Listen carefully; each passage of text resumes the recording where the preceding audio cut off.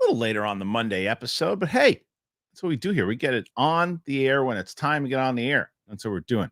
What's going to happen today? Well, we're going to talk about the fact that Ben Affleck wants to play Hulk Hogan. When the hell did that come about? What happened? What happened to Chris Hemsworth? And then we're going to discuss, speaking of wrestling, SummerSlam. And I remember we can play the clip where I said certain things were going to happen, and Rocha said I was crazy. He said, no, that's not going to happen. They're going to wait to WrestleMania. He was wrong, and I was right once again. So that's what happens on this show. Last of Us had a little bit of a teaser, kind of, not really. So we'll discuss that. Martin Scorsese says he's not doing the big grand scale things anymore. He's done with it. He's not doing that. Doesn't want to do it anymore. So he said, no. I'm going to go back to smaller things, which is fine. And Deadpool and Wolverine kicking ace in the box office. So that and more on today's show. So, and I already see a lot of people have already put their super chats in there. Amazing.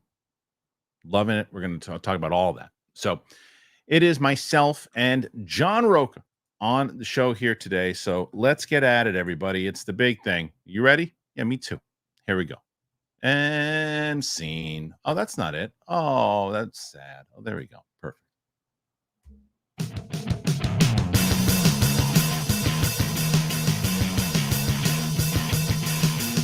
What's up, everybody? Welcome back. It is the big thing with myself, John Rocha. What's up, John? What's up, buddy? More lies you tell in this intro. More lies. Do you I watched the footage today. I said that Gunther was going to win the title. You said no, he's not. I said it was too soon. I didn't say no, he's not. I said you said no, he won't. You're crazy. It's too soon. That's what you said. You don't like to admit when you're wrong, huh? Well, in your mind, you manipulate the footage. I've seen the AI abilities and all this stuff. So it frustrates me. Sure. I wish I wouldn't be sitting here on a Monday with you if I could manipulate AI. That's true. It's a fair point. Yeah. Well, that's it was a good weekend though for wrestling overall. Did you like this? Did you like the SummerSlam? Yeah, loved it, man. I did a watch along that's up on my channel, like 4 hours of that stuff, and really enjoyed it. Roman Reigns coming back. What a phenomenal surprise that was. I know a lot of people predicted it, but I still felt it was still a little too soon, but he came back in the right way and it just blew the doors off everything. I don't know if you saw the numbers, but the response was off the charts. Came back with a new shirt. The new shirt's almost sold out already. Yeah, of course. But there were a lot of good matches. The first two matches were a little, but then it really picked up steam and it was fantastic. You didn't like Rhea Ripley. Oh, you don't like Liv. No, I don't like. I'm not Liv. Liv is a mid-card wrestler. Oh, she's most of the dudes, because she's hot. Most of the guys are like, oh, she's a good wrestler. She's a decent wrestler. She's not a great wrestler. Compare that to the Nia Jax Bailey match. That was a much better match overall from both of those ladies. And you could argue Nia was kind of in the same position a few years ago, but she's grown. Liv has hit her ceiling. You're not going to get much more out of Liv, man. So I mean that the angle they're going with Dom is interesting. That's great. That's great. It's a lot of fun. So that and the Punk stuff played pretty well. Good. I mean, you can just tell it. He's good on Punk. You know, he knows what he's doing now. I love that man so much. So you didn't, right? Huh? You didn't? Did you always? Oh, I always loved Punk. Oh, you did. Okay. Yeah. Well, I thought he had a good run, or what he did. The stuff with Gunther worked very well. Yeah. Cody, I'm trying to think what else that really the bigger match. The Logan Paul match, even though, I was bummed about that. I knew that what's his face would win, but I was kind of hoping that Logan Paul would win. Yeah. But, it was time for LA Knight to win a belt. So. Yeah, I know. And I'm just as you're not a Liv guy, I'm just not a big guy. I'm just not a big guy. I know you hate 40-year-olds. I don't know what that is. Yeah, no. But he's fine. He's entertaining, but I don't get the hype. But anyway, so overall, I was bummed, man, because my little one was the one I told you is the one who's into wrestling now. She's like, oh, Dad, I can't wait to watch wrestling. Within a match and she watched a Rhea Ripley match. She goes, I want to watch Camp Kikiwaka, whatever the hell. I'm like, really? She's like, yeah, I don't want to watch it. So I didn't get a chance to watch it. I've been watching that Umbrella Academy though, man. Oh yeah, you're catching up, huh? And I'm all caught up. I'm caught up. Oh, nice. Yeah, I did. I did the interview with David Castaneda today. It'll air next week because I got Murray from the Impractical Jokers on tomorrow's episode. Murray. Do you watch that show? No, it's not my jam, man. It's not my jam. I'm surprised. Have you tried to watch a couple of clips? Because it's not. Yeah. I don't like prank shows. It's not a prank show though. Yeah, I know. They've been on for many years. They've had big Comic-Con setups, but it's just not my jam. It's not my kind of humor for whatever reason. I see, but I don't. But I don't agree with that because I know your sense of humor. What do you mean you can't? I know your sense of humor because I know your sense of humor and like the New York humor. I would say like there's certain bits you might not have seen the right bit, but I'm telling you, there's things that you and I have laughed at together that is very similar with these guys. And there's this one bit they do in this season where they make Murray loses the punishment, so they make him go to White Castle, but they put the horn, they control the horn. Yeah. So he pulls up behind these people, and he's just sitting there, and he got him in this car, and he's in this kind of midlife crisis outfit, and they start jamming on the horn, and he's like, "Oh my god!" And this one guy, they make him start saying this stuff. He's like, "Control your woman." He's just like, "Oh my god, this guy's gonna kill me." And she's like, "Control your man." He's like, "Oh my god, I'm gonna die." I was losing my mind. I thought that was really funny. So that's coming out. It's on Tuesday. Yeah. I got some pretty good. I always forget his last name. Nestor from Shogun. Oh, Nestor Carbonell. Thank you. Nestor Carbonell is coming on show. So we got a really good thing. We launched that clips channel. I was telling you last week, I was telling you we needed to get to 500, right? I was wrong. We needed to get to 1,000, but we hit 1,200. We're at 1,200 right now on that show. So that Robert Eiler thing took off, man. We did some, of course, Robert Eiler, man. Oh, but we had him talking. It's so funny, man. Like Roxy's credit, she was telling me, she goes, you got to make sure you keep doing the clips. I was like, my clips never work for me. Never do. Every time I try to do clips, they never work for me. And I did that because I was bummed. I did the Robert Eiler interview, and it did like 12,000 views. I was like, okay, that's not bad. I had one clip with him talking about Tony Sirico. It's on almost 200,000 views. That's all. People want to watch people talk about things they love. It's clips, and it's like, and they want to watch the clip outs of it too. And I put clips from this show on there too. So if you didn't know it, I have a clips channel. So there you go. All right, so let's talk about this main story because John, I don't know where this story came from. I have no idea where this story came from, but it's been absolutely everywhere. Yeah, and that is the fact that Ben Affleck apparently is eyeing to play Hulk Hogan. I've got an update on this stuff, so set it up really well. I've got an update on that. All right. I want to hear the update. Perfect. So Ben Affleck may play Hulk Hogan? ? A new report indicates that Ben Affleck is eyeing the role of wrestler Hulk Hogan for the new film Killing Gawker, according to PW Insider.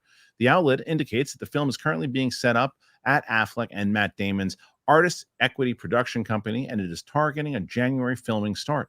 Should it go forward, Affleck and Damon would not only produce, but co-star with Affleck as Hogan and Damon as billionaire investor Peter Thiel. Yeah. The screenplay, penned by the Big Short scribe Charles Randolph, has been around for a while and is based on Ryan Holiday's 2018 book, Conspiracy, Peter Thiel, Hulk Hogan, Gawker, and the Anatomy of Intrigue. The book dealt with the lawsuit that WWE Hall of Famer Hogan filed against the now-defunct celebrity gossip website Gawker.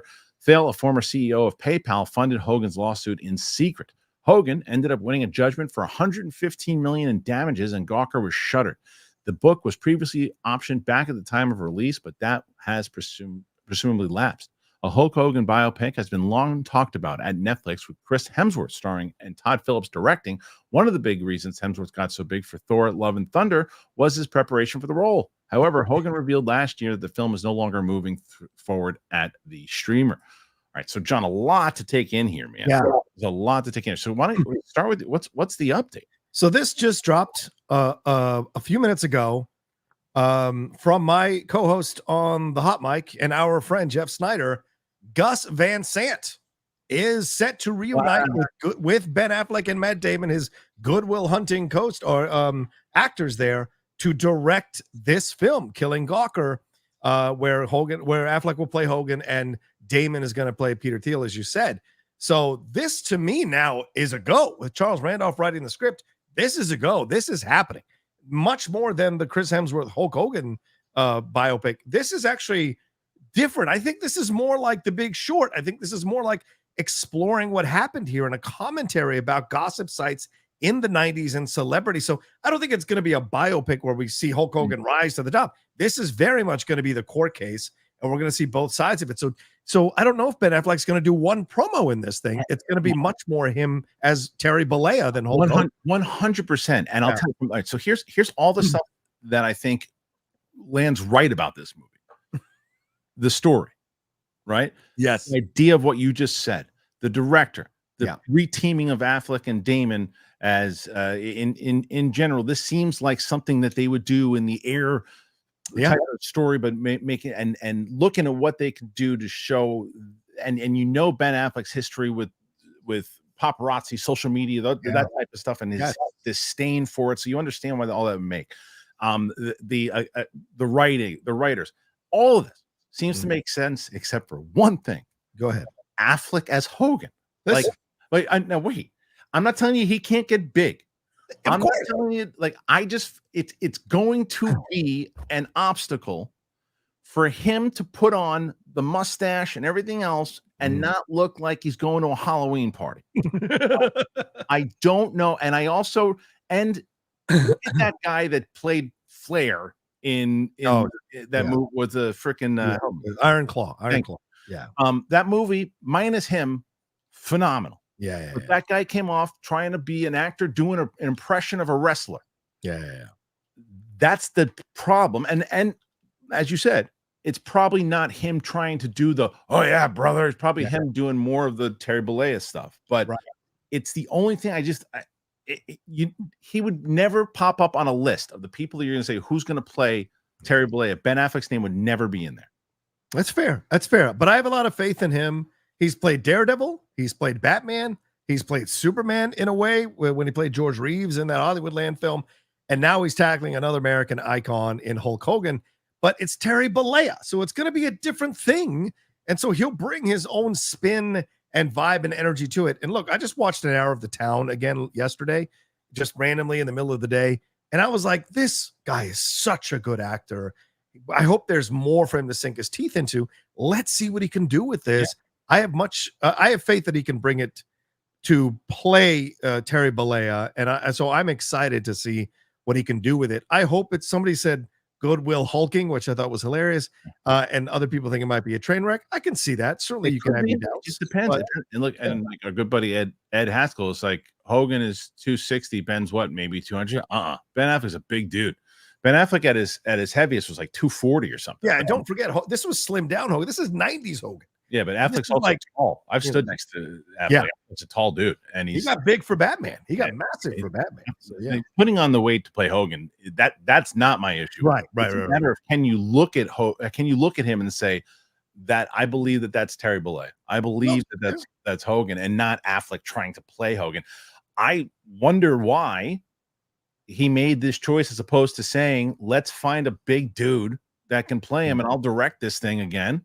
And Damon will do the same thing we did for Air. That worked. He played Phil Knight in that movie, and I don't know if many people would have thought of him for Phil Knight. I think he did a nice job as Phil Knight. Well, wait a minute though. playing Phil Knight of someone like I had to Google search who if he even looked like him. I mean, come on. But like when Hulk Hogan is Hulk Hogan. Even if you're not a wrestling fan, you know what Hulk Hogan looks like. Right. So but I think it's a challenge for him, and I think this is like a late attempt for them to get the band back together to maybe get onto the radar for Oscars. I think you have to start looking at this. This is a film now. When you get Van Sant, you get Randolph, you get Affleck and Damon, and their artist equity involved. I think this is a play like Air, where they're trying to maybe make a move here with a small independent film about a big topic. And an icon like Michael Jordan, Air, and Hogan in this, that will get the public's attention, some of the mainstream public's attention, and perhaps lead them to some nominations in the Oscars down the road. So the fact that this is all coming together this quickly makes me feel like this is totally going to happen. And I feel like it is too. I agree with you. I don't think this is something that's like, just kind of a rumor in the way, or not a rumor, but like they're talking about it the way that they were about the Hemsworth side of it, right? Because I don't think that you've got a better chance of the Rian Johnson Star Wars trilogy happening before you have the Hemsworth Hogan movie, because that movie it just ain't gonna happen. I mean, Hemsworth, when he was on Josh Horowitz's show, I think like a year ago, and Josh asked him about it, and the way that he answered it, it's like he forgot about it. he would have been great. He would have been great in the watching him running around the ring like old school, and the way that they were gonna, that would have been great. But I just don't know if that's gonna happen. I'm not. No, I think after the recent pictures of him with a guy who's got neo-Nazi tattoos, like this, it's just Hogan keeps stepping in shit every time, and eventually that's going to push it so far away that no one wants to see it. So well, yeah, and I not a good look as far as taking that picture. But let me ask you a question with that particular picture. Is it possible that the guy had it and Hogan was so clueless he didn't even check the guy's arm for the tattoos? I think anything is possible for sure. Right. But and you're talking Florida. And Hogan down there. Let me check your tattoos before I. Yeah, exactly. Who's Hogan got working for him that's going to check the tattoo? Right. Probably nobody. Probably the bad boys or whatever their names were, the nasty boys. The nasty boys, right? The nasty boys are probably security. He didn't know. Those, is that? And you don't have these on. You probably can't tell. So who knows? But either way. Any one of these documentaries that are made, man, like they were gonna do a Vince one, they were gonna do the Vince one, but like you can't, the people involved can't be anywhere near. 100%. Vince was supposed to be involved in the one, and that definitely can't be a case now. Hogan was supposed to be involved in this. They can't be anywhere near it in the same way that, like, look, I liked the Bohemian Rhapsody, but it would have been a very different movie if the estate didn't have a say in it. Yeah, that's what's frustrating. Because what's the one that's coming up that the Madonna biopic? Yeah, she's directing it or something, Madonna right? Should not direct or executive produce her own story. It is not going to be the truth at all. At all. I mean, there's certain things you're like, you're like, if I'm directing my movie, and I'm like, we want to put the Galaxy's Edge stuff in there. Fuck that. Put that in there. But people want to see why you fucking lost your mind. No, don't put it in. It never happened. I would argue with you that you do put it in because look at how you've recovered and how incredible you're put it in there, but put all the blame on everybody else. I'll direct it, and we'll make it a full comedy, and we'll say that that's of course. You know what I mean? Another one of your AI things where you're 100%. Like, you don't direct your own shit. You make because if you did, you do your own stuff. Of course. Yeah. It doesn't make any sense. But all those wrestling docs, man, every single one of them. Yeah. Every single one of them. So that being said, if you guys aren't watching the A&E biography legends this season, they've been exceptional. And speaking of biographies and docs, if you're not watching those and you're a big pro wrestling fan, you're missing out. I'm catching up on a couple now. They're so good. So they just had the Becky Lynch one. So I highly recommend those. But yes, in terms of biopic films, it's a tough thing to do, Kristian, because I mean, the pro wrestling movies don't really make a lot of money. So it's tough to do it. Iron Claw, that should have been nominated for Best Picture, should have been nominated for Best Actor for Zac Efron, but nothing happened for it, So hope they do. It shows you how political it is, though, too. Oh, yeah.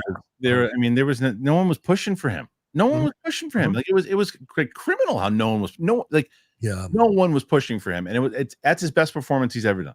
100%, easily.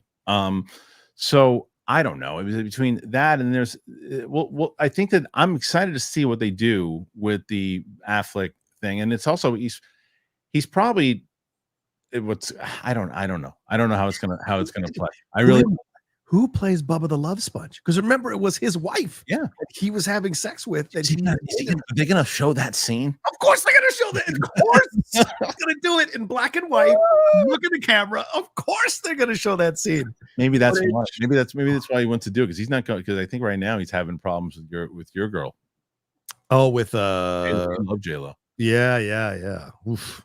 What you dislike J-Lo more than anyone else I know. Well, because she has made look, on one side, I respect the fact that she's made such a career, made so much money with little to middling talent compared to other people. Wow.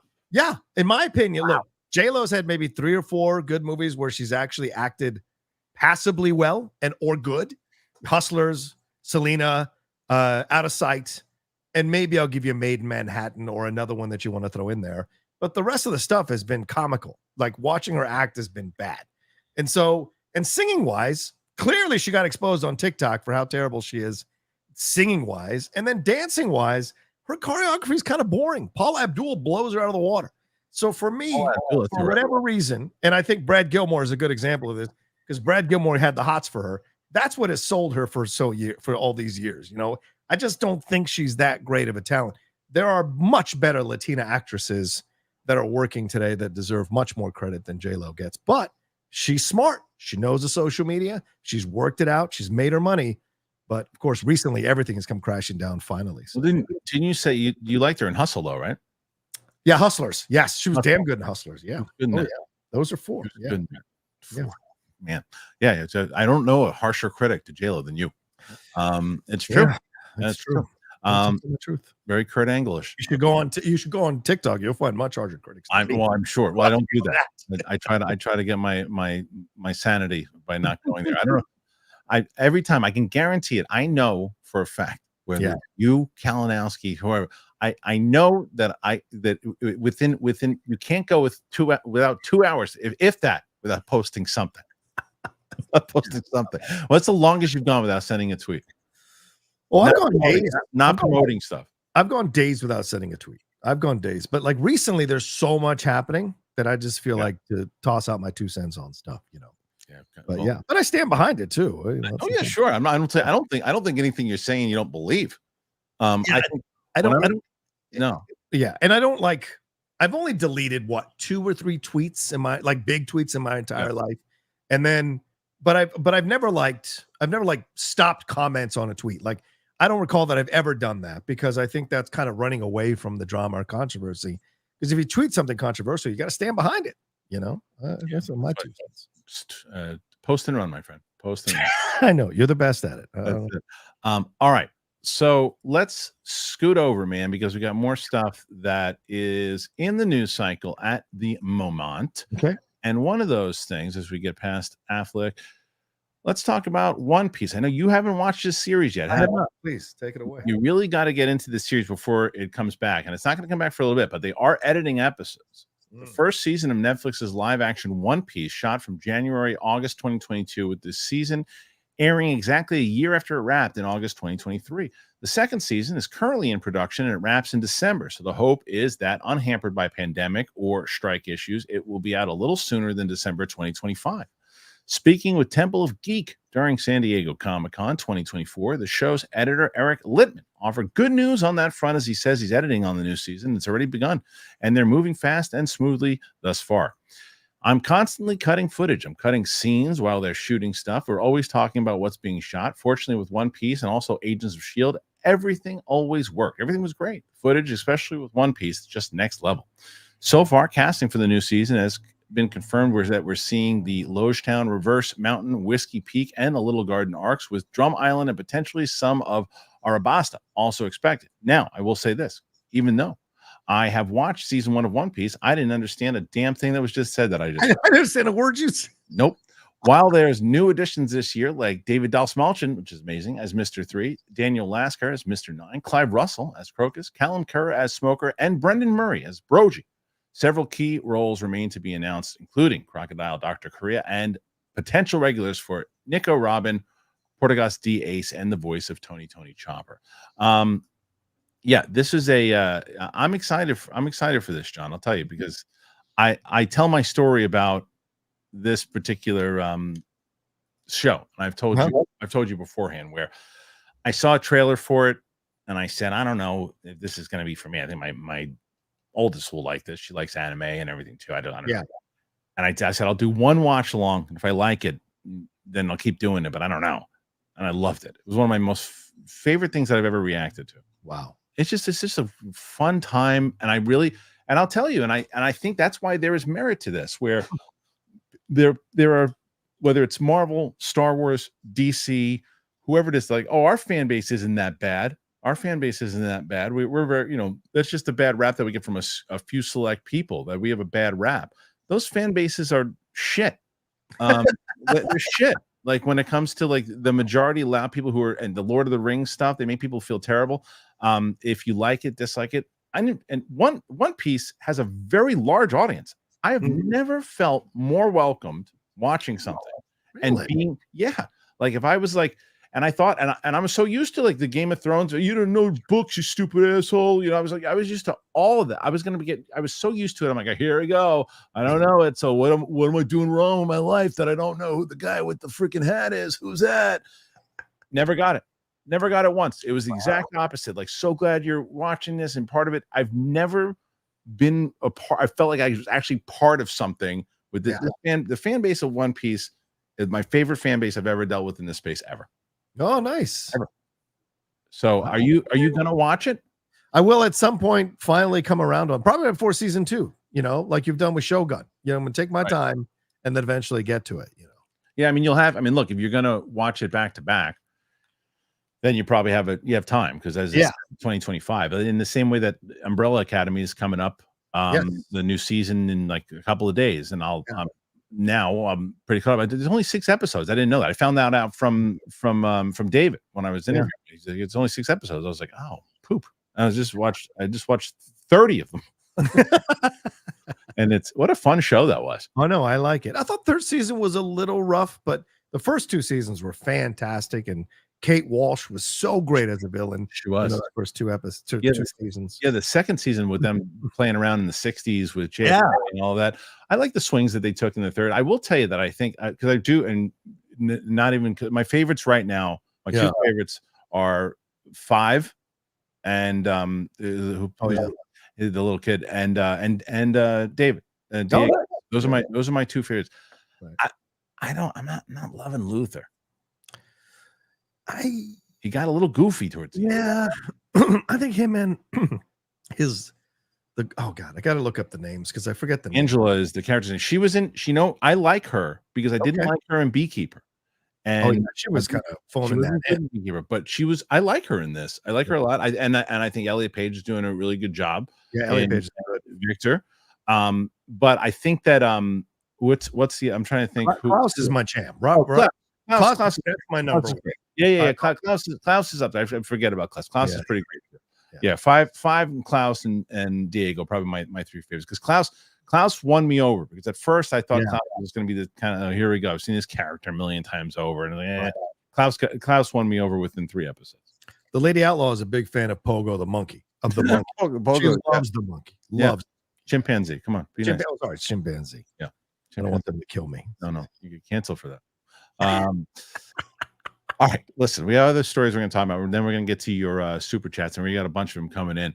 But before I do it, I got to tell you, I'm excited to let you guys know about. We got 2 sponsors here today that I'm excited to always tell you about. I tell you about AG1. I'm going to tell you about Built.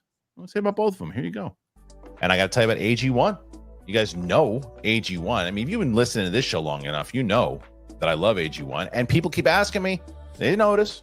John even said when I started, new look, 20 pounds I lost. One of those reasons, AG1 became part of my routine. Because for a long time, I wasn't paying attention to what was going on in my body. It just wasn't.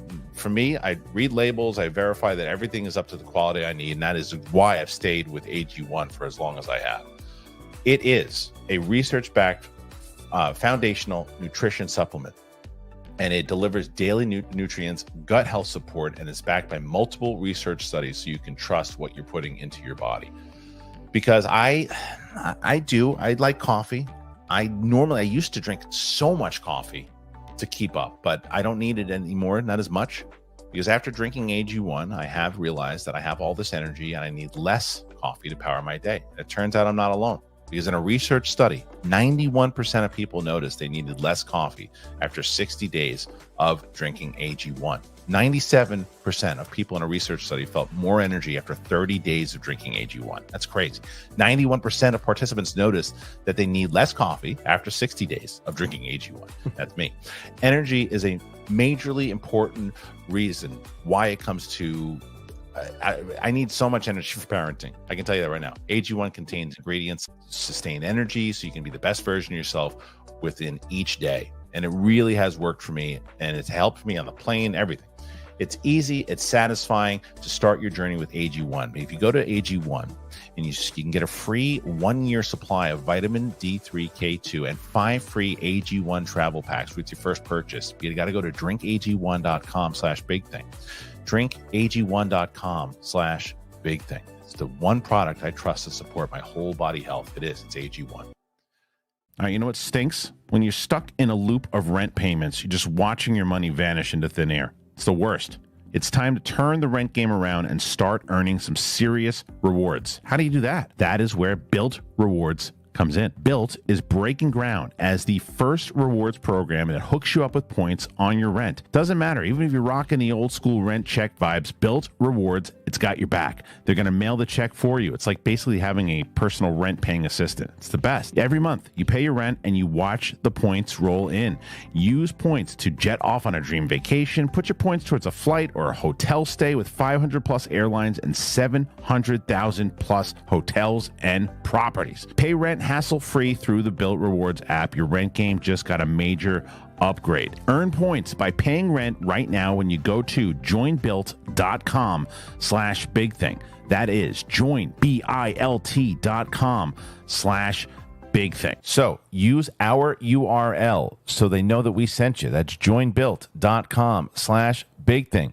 Start earning points with your rent payments today.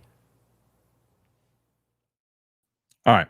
Thank you once again to our friends over at Built and, of course, AG1. And look, I put the links in the description. Click over them. Check out what's going on over there. That stuff helps. They say, oh, wait a minute. These guys talk about us. Their audience listens, and that helps out the show tremendously. And that's why we're able to stay on the air. So click on those links. All right. So, John, what's going on the hot mic on your channel? What's happening right now? Anything new? Breaking stories? Yeah, well, we'll definitely have Jeff later on this week. We'll talk more about the Gus Van Sant story with Ben Affleck and Matt Damon. So that'll be fun. On the hot mic, we just dropped today on the with the Geek Buddies our review of that season finale of season 2 of House of the Dragon, which I don't know if you saw, Kristian, but we dropped that review today. It's up. My live reaction from last night after I watched the finale is also up. The wrestling stuff is up. We'll definitely have another episode of Ring Generals later on this week, talking about everything that happened at SummerSlam, Raw, and SmackDown. We'll have a new episode of the Jedi Way with all the news that broke here over the last couple of weeks here in the world of Star Wars with Laura Kelly and Kevin Smets, and of course the hot mic. As I said, there, me and Jeff knocking it down, and another episode of Spill the Tequila. If you guys missed it, Winston and I dropped our brand new episode on Friday. Had a lot of fun talking about all stuff going on in the Olympics and in politics and in the world overall. So yeah, a lot of stuff happening here. Come over to youtube.com/John Rocha says the Outlaw Nation and hang out with us, yo. Yeah, please do that. Sorry, hit the wrong button at the end there.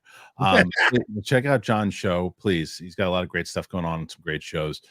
What was I was going to say? I was bringing up the reason why I didn't see Game of Thrones, by the House of the Dragon. I haven't seen the finale because people are like, where's your immediate reaction? I was watching 30 episodes of The Umbrella Academy.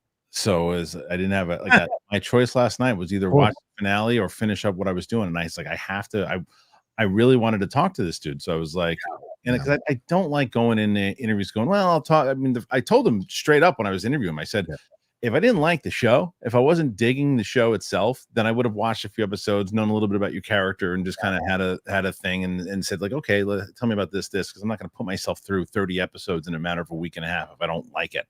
Yeah. But I wanted to find out where the story went. So I was like, I was excited to check that out. But there's other news that while you were talking, we have something about John Wick again. John Wick's always in the news some way or another in the movie news stories. And this one, John Wick gets a sequel series. The High Table. The John Wick franchise is coming to TV once again, and this time everyone is involved. What does that mean? Lionsgate Television is developing John Wick Under the High Table, which is a new TV series set after the events of the 4 films. In the series, Wick has left the world of the High Table in a tenuous position. I'm confused now. As a result, a collection of new characters will look to make names for themselves, while some franchise stalwarts remain committed to the new old world order. The series will combine new and old and thrust the Wick universe into a new age. The previous attempt at Wick on TV was The Continental, which was a prequel TV series. None of the talents from the film series were involved, and it was seen as a flop. Lionsgate isn't making that mistake again.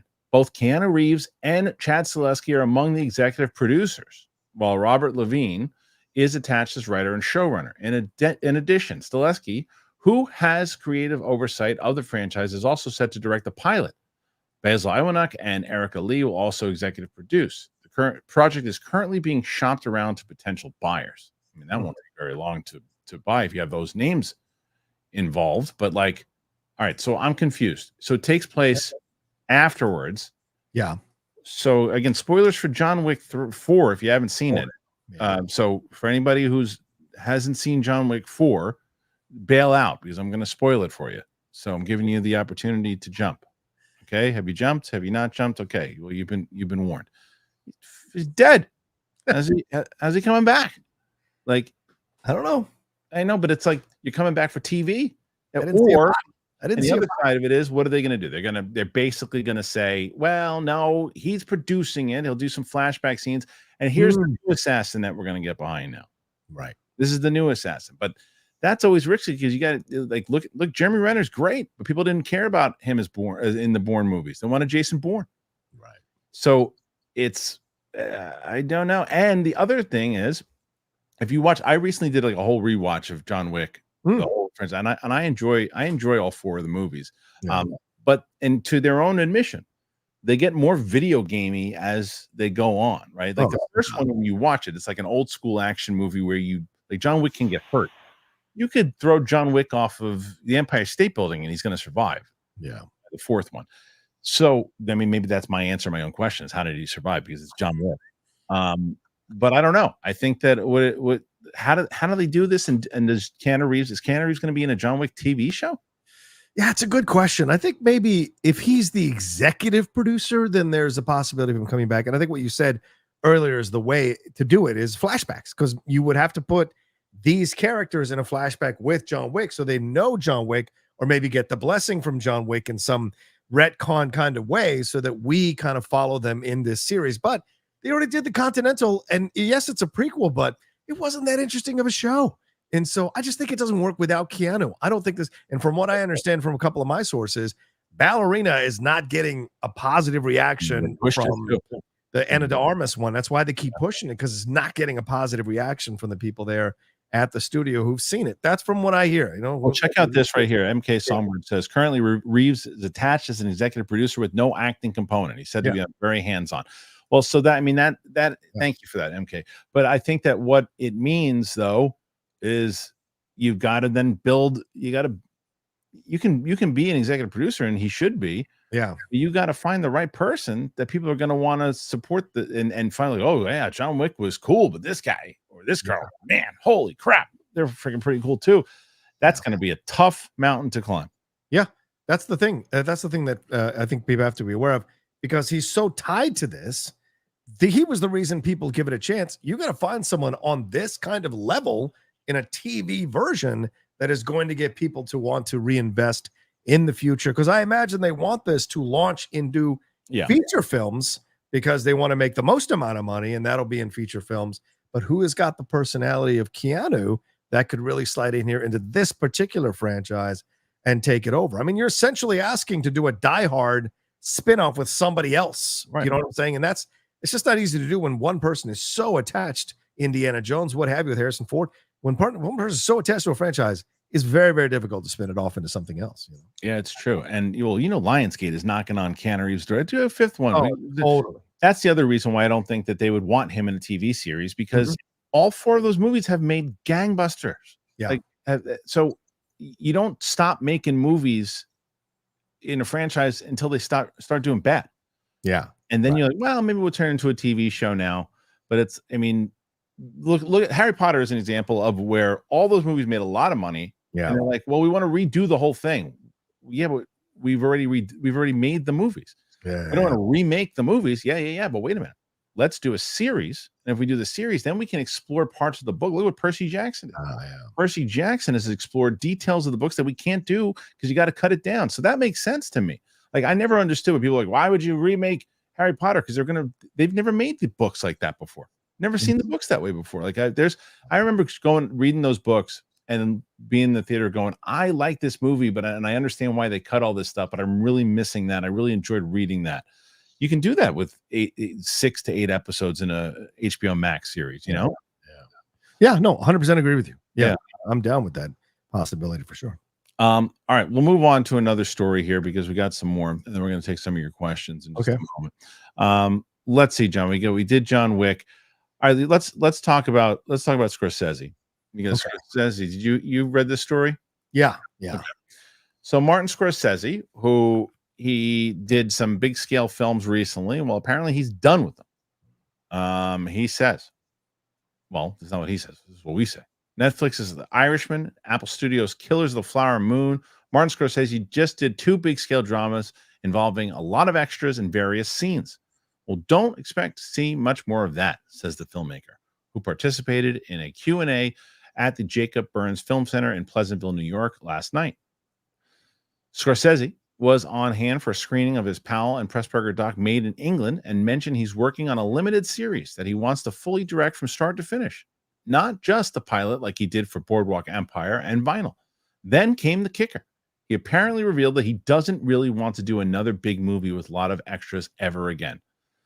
Late last year, it was indicated Scorsese was seriously considering co-directing a film adaptation of David Grant's nonfiction book, The Wager, which follows the 1741 mutiny after the shipwreck of the HMS Wager. That would qualify as a big movie and a difficult one with a water shoot. He also reportedly added his adaptation of Marilyn Robinson's novel Home. It's most likely going to be his next film after he wraps his currently casting Jesus Christ movie. John, you hear these comments by Martin Scorsese. What say you?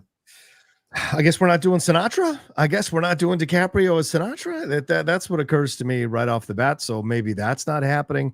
But look, this is an older director, obviously. And Killers of the Flower Moon, I think he took it on the chin for that one. He didn't make that much money, and I get it. Apple didn't make it to make big money in the box office. They sure would have liked it if it did. And then it really got shut out of all the awards, and there was criticism with some of the stuff DiCaprio did, and some of the stuff Scorsese did in that film. And so, Lily Gladstone came out of it looking good, but really pretty much not anybody else came out of that looking good. So there's a question there. Then The Irishman, which a lot of us who don't have, who don't have short attention spans enjoy.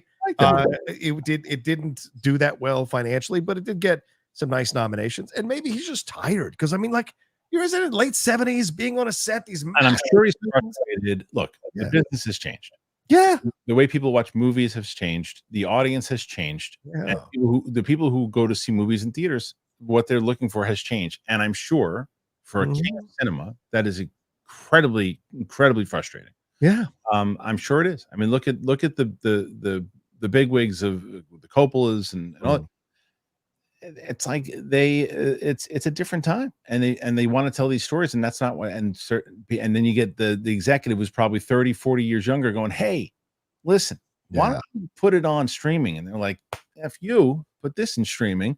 And it's not the wrong play by the executive to say, let's do some of this sometimes, because you're going to spend that kind of money.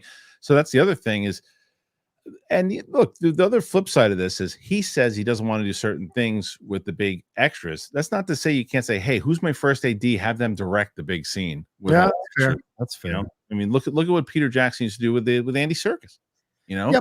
But I also think it's really healthy when directors who make big films want to strip it down and go back. Sure. I agree. Smaller, right? Like what Scorsese made his bones with that kind of stuff. Raging Bull wasn't a massive budget. Mean Streets wasn't a massive budget. His other film, Boxcar Bird, these other films that he started off with, those are he can direct small films. And so it's very possible for him to go back to something small and bring out and fall back in love with filmmaking and then work his way back maybe to doing a bigger film down the road. So I kind of love this idea. I love what Michael Bay does, and not that I'm comparing to Scorsese, but like there are certain directors that love to do big productions.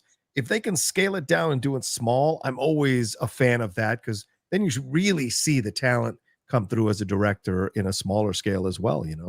Yeah, it's true. I want to see what, I mean, if you got to that place where you're him, and he's like, yeah, I want them to give me all of the money to make everything I want to make. And and what does it make money? Who cares? I'm gonna spend all the money I want to do to make exactly what I want to make. And then it's like, yeah, but you don't need to. You don't need to anymore. And maybe he realizes that he doesn't need to, because you mentioned the Sinatra movie. You could still do a Raging Bull. Now, listen, when it comes to what he's been doing lately, and for you to go, well, yeah, it's probably going to be a big scale movie because look at all the stuff he's done. But then going back to the words that you just said, if he made it like Raging Bull, he could do it. And you'd have to use practical effects instead of de-aging DiCaprio. You'd have to very much grab Sinatra at the age that DiCaprio looks like to make it sure. work. But even if you're going to de-age him, that's money. He's not talking about budget. He's talking about grand scale stuff. Like he's still going to use budget, because like if you're just doing locations and certain things, you'll do big performances. I mean, you're going to have to do. I mean, I guess you could essentially do. You don't have to do extras per se, but if you do like what they do for the fights, what Rocky did for the fights, you instead of bringing in all the extras during a fight, you just you pay the UFC or whoever it was to say, hey, we're gonna film a couple of fights. You do that for a concert. You say, hey, but the problem is you got to have everybody in that wardrobe. Yeah, back in the day. So I don't know. Yes, that's true. Maybe you're right. I don't know.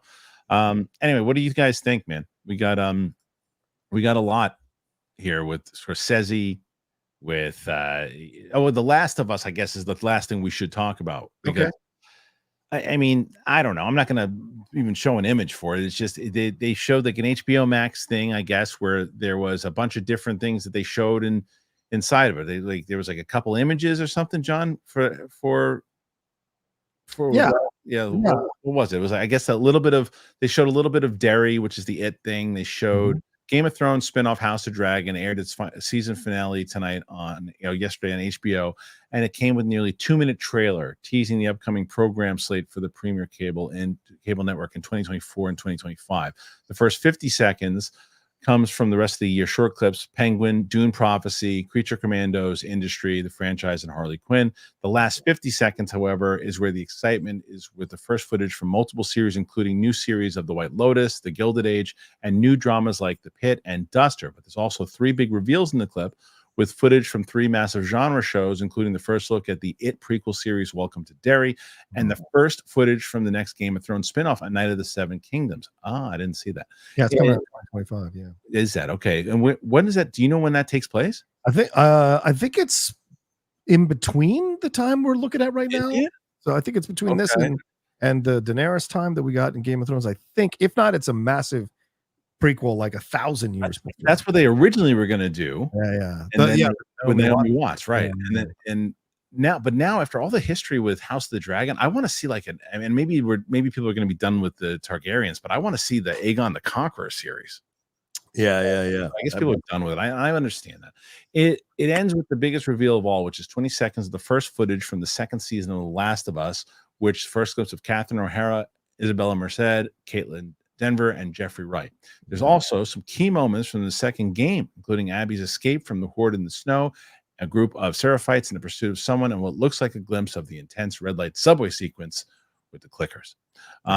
So what did you think of this thing that they showed? Looked great. Looked fantastic. Love that, again, just like the sequel to the game did. Love that it's expanding the universe, and we're seeing more of these things and bringing them into real life action stuff. So I'm really excited about it. Love that we get a nice shot of Isabella Merced, who is clearly becoming someone, and clearly after the Alien Romulus film comes out in a few more days, I think people are going to be talking about Isabella Merced more often for stuff. So nice to see her getting a 1-2 punch in this way for a career. But then the Catherine O'Hara thing is going to be really interesting to see how her role plays itself out. And you bring in someone like Caitlin Dever, who is a fantastic young actress. It's going to add even more weight to this story. I'm just very excited, and it looks, again, like it's recapturing that vibe of the first season. So good 20 to 30 seconds, but you're only going to take so much out of it. It just gets you that's a nice taste to get you excited. I think I'm going to do the same thing I did for the first season, where I played the game in between each week. So I would catch up to where I was. I only went past and got a spoiler for myself. I only did that once because I was so into the game. I'm like, I don't care. And I wanted to see where it was going. So I'll probably do that for season 2. I just wonder if they're going to do everything in the second game, because there's so much that I want to talk about that I don't want to spoil for people if they don't know it. Do you know the big things that happen in the game? I know a couple of them, yes, but not anything that I want to spoil here for sure. Oh, no, nothing I want to spoil. But it's where I want to see if they're going to actually do the stuff, and then there's going to be way more to talk about once the show comes. But 2025 is going to be an insane amount of stuff to cover, dude. Like an insane amount of stuff. There's some movies and TV, it's out of control. So Yeah. anyway, all right, guys, what do you think about all of this stuff? Because the Game of Thrones thing, apparently, from what someone wrote in the chat, it's 100 years after House of the Dragon, 100 years before Game of Thrones. So it is in between, yeah. It's in between, yeah. So that's interesting. And the other stuff, the dairy stuff, the HBO Max has a lot of stuff. So I'm curious what you guys think about it. Put your comments in there.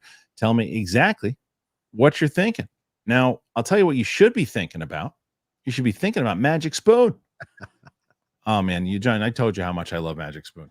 I love Magic Spoon. I mean, it's one of the things I attribute for allowing me to lose the weight that I did and to eat healthy, because have you yeah, you said you did see it, right? Yeah. I thought we got the Costco. Yeah. Yeah, you've been checking it out, and I think that people, if you haven't already been checking out Magic Spoon, you really should, because they're the different flavors that they have, the protein that they have, the stuff, it's just delicious, as they say in certain parts of the town, John. Delicious. So what did you try? The chocolate? You tried the peanut butter? Yeah. The berry one. The pink one there on the bottom right. That's the one I tried. Yeah. Well, it's really good, because a lot of times you do this, like, people have it's sugar, and a lot of cereals is sugar, and you don't want sugar.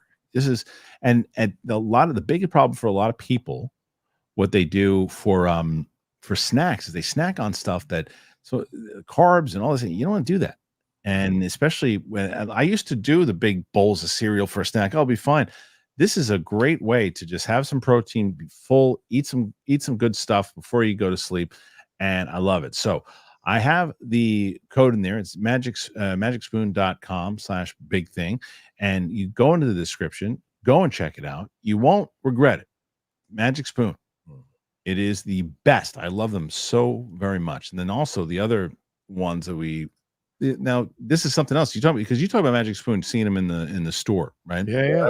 I was getting what was it? Not the hell is that freaking thing? The cornhole. I was getting cornhole at the I was getting it at where was I at some sports store, and everywhere I went, I'm seeing liquid IV, and it's all over the Olympics now. When you look, it's everywhere. Liquid IV is so good, and I'm so happy that it is, because summertime, the heat is here, and your favorite summer treat, it could be giving you that extraordinary hydration. It is liquid forward. It has refreshing summer flavors. It's got, look at this one. This is the one that I was like, it caught my eye right away. And it's just like very, very old school. I don't know if you remember this one. Where is it? Not that one. Here it is. No, here we go. And that one. Remember that old school one? Yeah, of course. It's delicious, as they say.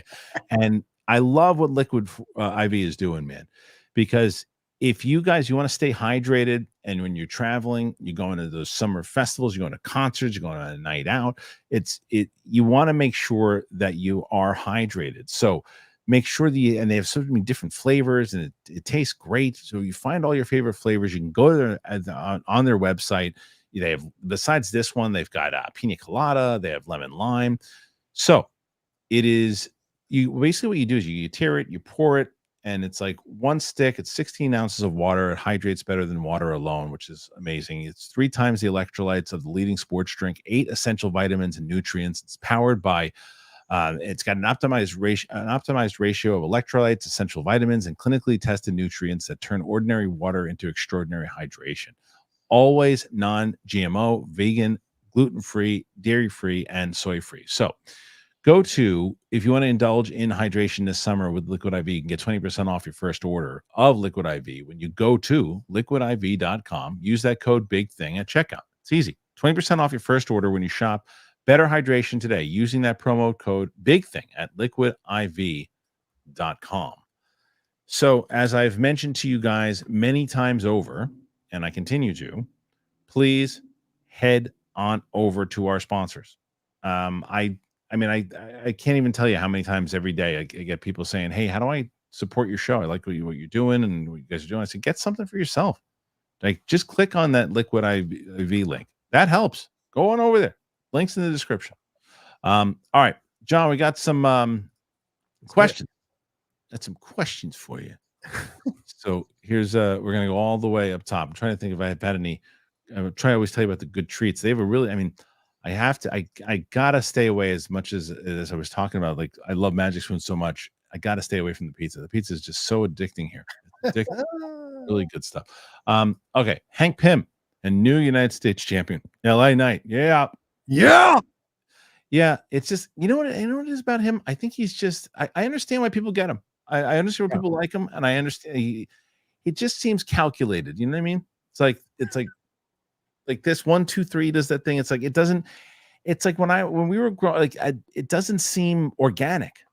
I think that's the thing with him. You love him, right? You think J-Lo's organic? So I don't know. They think J-Lo's organic. You think J-Lo's I don't know if that's a word I would use, but I mean, as far as his character goes, I know, he's an amalgamation. I know, but you know what had a problem with? Well, no one remembered that Hulk Hogan stole Billy's superstar. No, but he made it his own. He felt like, I felt like, but during that time when Hogan was in the superhero era of wrestling, I felt like Hulk Hogan was Hulk Hogan and different. Right. He was a different. Like I felt like he was.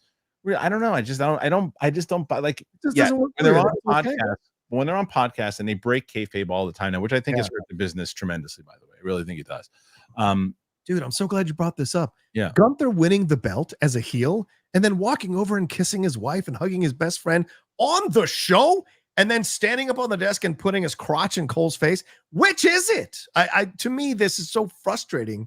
Stay the heel the whole time. Kiss your wife in the back. Logan Paul slapping hands as he's coming out, but that's during the show itself. I'm talking about even when they're on, and I know they promote it now like a TV show. I know that they do, and there's no way to change it now. It's like you can't change it now. But like when someone's on, even when the Undertaker's on, and they talk, the Undertaker, who was like the biggest protector of the business and wouldn't do interviews until after he was retired, right? But like even he's out there talking about certain things that he did, and they talk about if Goldberg was on Chris Van Vliet's show talking about, and like all the secrets are out there now. I think that when kayfabe was protected, there was just something different about it. I agree. But I think that one of the things though is that when you, I don't know, there's just something about LA Knight that doesn't pop for me. I don't know, it just doesn't pop the same way. I hear it.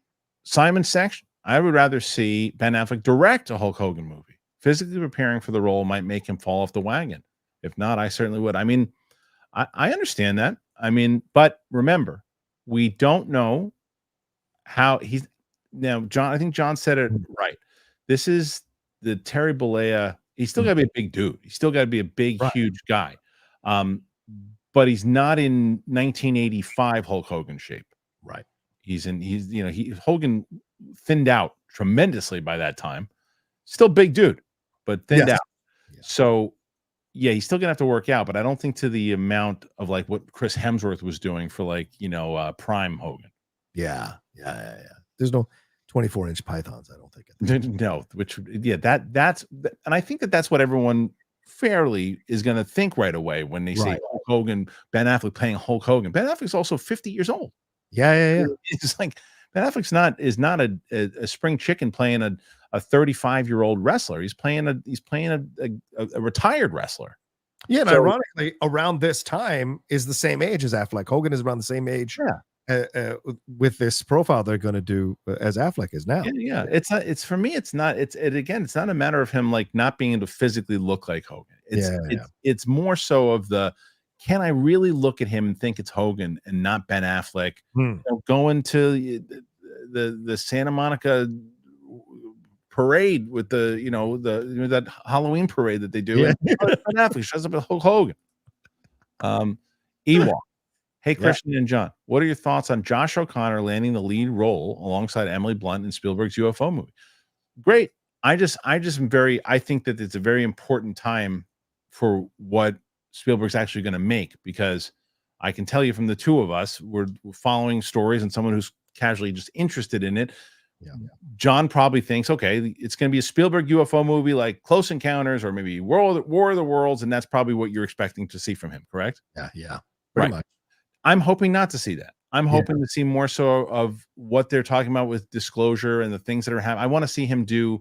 Oh yeah, what he did for, like The Post, like the story about when he did with The Post, and how and like the stuff of what can he do with all the stuff that's happening in Congress and all the things that are happening there. That's the story I'd like to see him tell, but he's probably going to do more so what you're expecting him to do.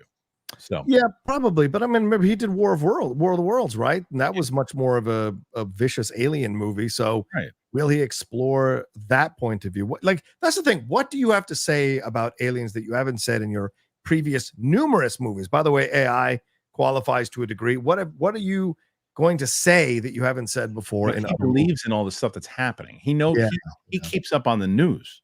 So I think that's why it for someone who, if it's someone who's just doing, like, if you were going to direct, if John Roga's going to direct an alien movie, okay, then fine. John Roga's directing an alien movie. It could be about whatever the hell he wants it to be. But if somebody's following the topic and as someone as powerful as Spielberg, he can let people know, because imagine in the way they're like, oh, I didn't, like, based on a true story. And it's like, oh, the story of the guy who was actually working inside of this program that did this, this, and this. Then you're like, oh, well, I don't know what the hell to believe. You know, I'm going to look at what's true and what's false. Like, you have to convince people there's whatever. That's not the goal. It's to tell the story of what's actually happening. And again, as I always mention, the fact that the Senate Majority Leader is out in December using terminology in front of Congress like NHI, which is non-human intelligence, and the mainstream media is not talking about that, whether you believe in it or not. It's the fact that what are we doing? We have the Senate Majority Leader talking about this stuff, and no one's talking about it. So, like, the Spielberg covered that kind of stuff, I'd be fascinated. Yeah. All right. Next one. This is Ewok. I also enjoyed the week's episode of the Madcap Adventures of Tywin Lannister. I don't know the reference because I haven't seen the show yet. So it's the opening 10 minutes of the show. Is it any good? Yeah, it's funny. It's very funny. Did you like the episode? I did like the episode. Yeah. I mean, but I was also disappointed because we didn't get certain things that they were building towards. So that frustrated me. But overall, I thought it was a really well acted, directed, and written episode of television. I think people are just overall disappointed that we didn't get certain things that people were waiting for all season. So that's all I'll say. Yeah. All right. Pete Parker, 2288. I'm enjoying Batman Cape. Yeah. But it's definitely on the slower side. Is this an animated show? Yeah, it's on Prime. It just dropped on Friday, 10 episodes. All of them are up there to watch from Bruce Timm, who came back, of course, from doing the animated series back in the 90s. It's great stuff. I see what they're going for, though. More of a noir detective show. Have you watched it so far? Yeah, I'm 7 episodes in. Pretty good? Loving it. Okay. Yeah. Okay. So but I'm a 1940s fan. You know, I like the noir. Yeah, but it's pretty good. Yeah. Okay. Pete Parker, 2288. I want to make a bet that Joker 2 doesn't pass 750 mil. Once people realize it's a musical, it's going to kill repeat viewings. How do you think it does?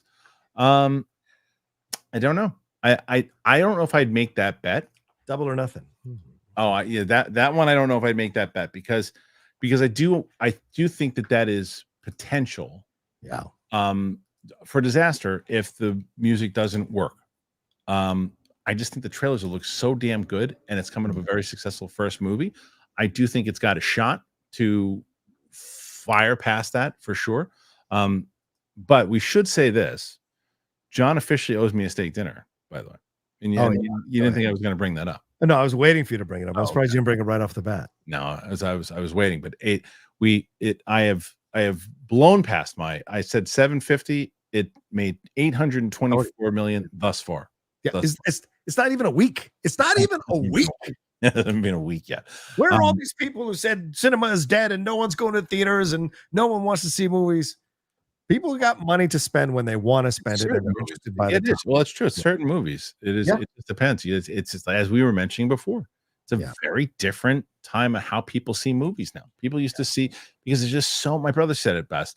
There's just so much stuff that you can watch on TV and movie, and like TikTok and all these other things that you can watch. Video games. When we were growing up, man, it's like, what do you want to do this weekend? Let's go to the movies. We'll go to the movies this weekend. You weren't watching stuff on. There's like 8 channels. Yes, it's mind blowing. Yeah. It's like you're trying to get all the shit that's out there now. It's like there's too much.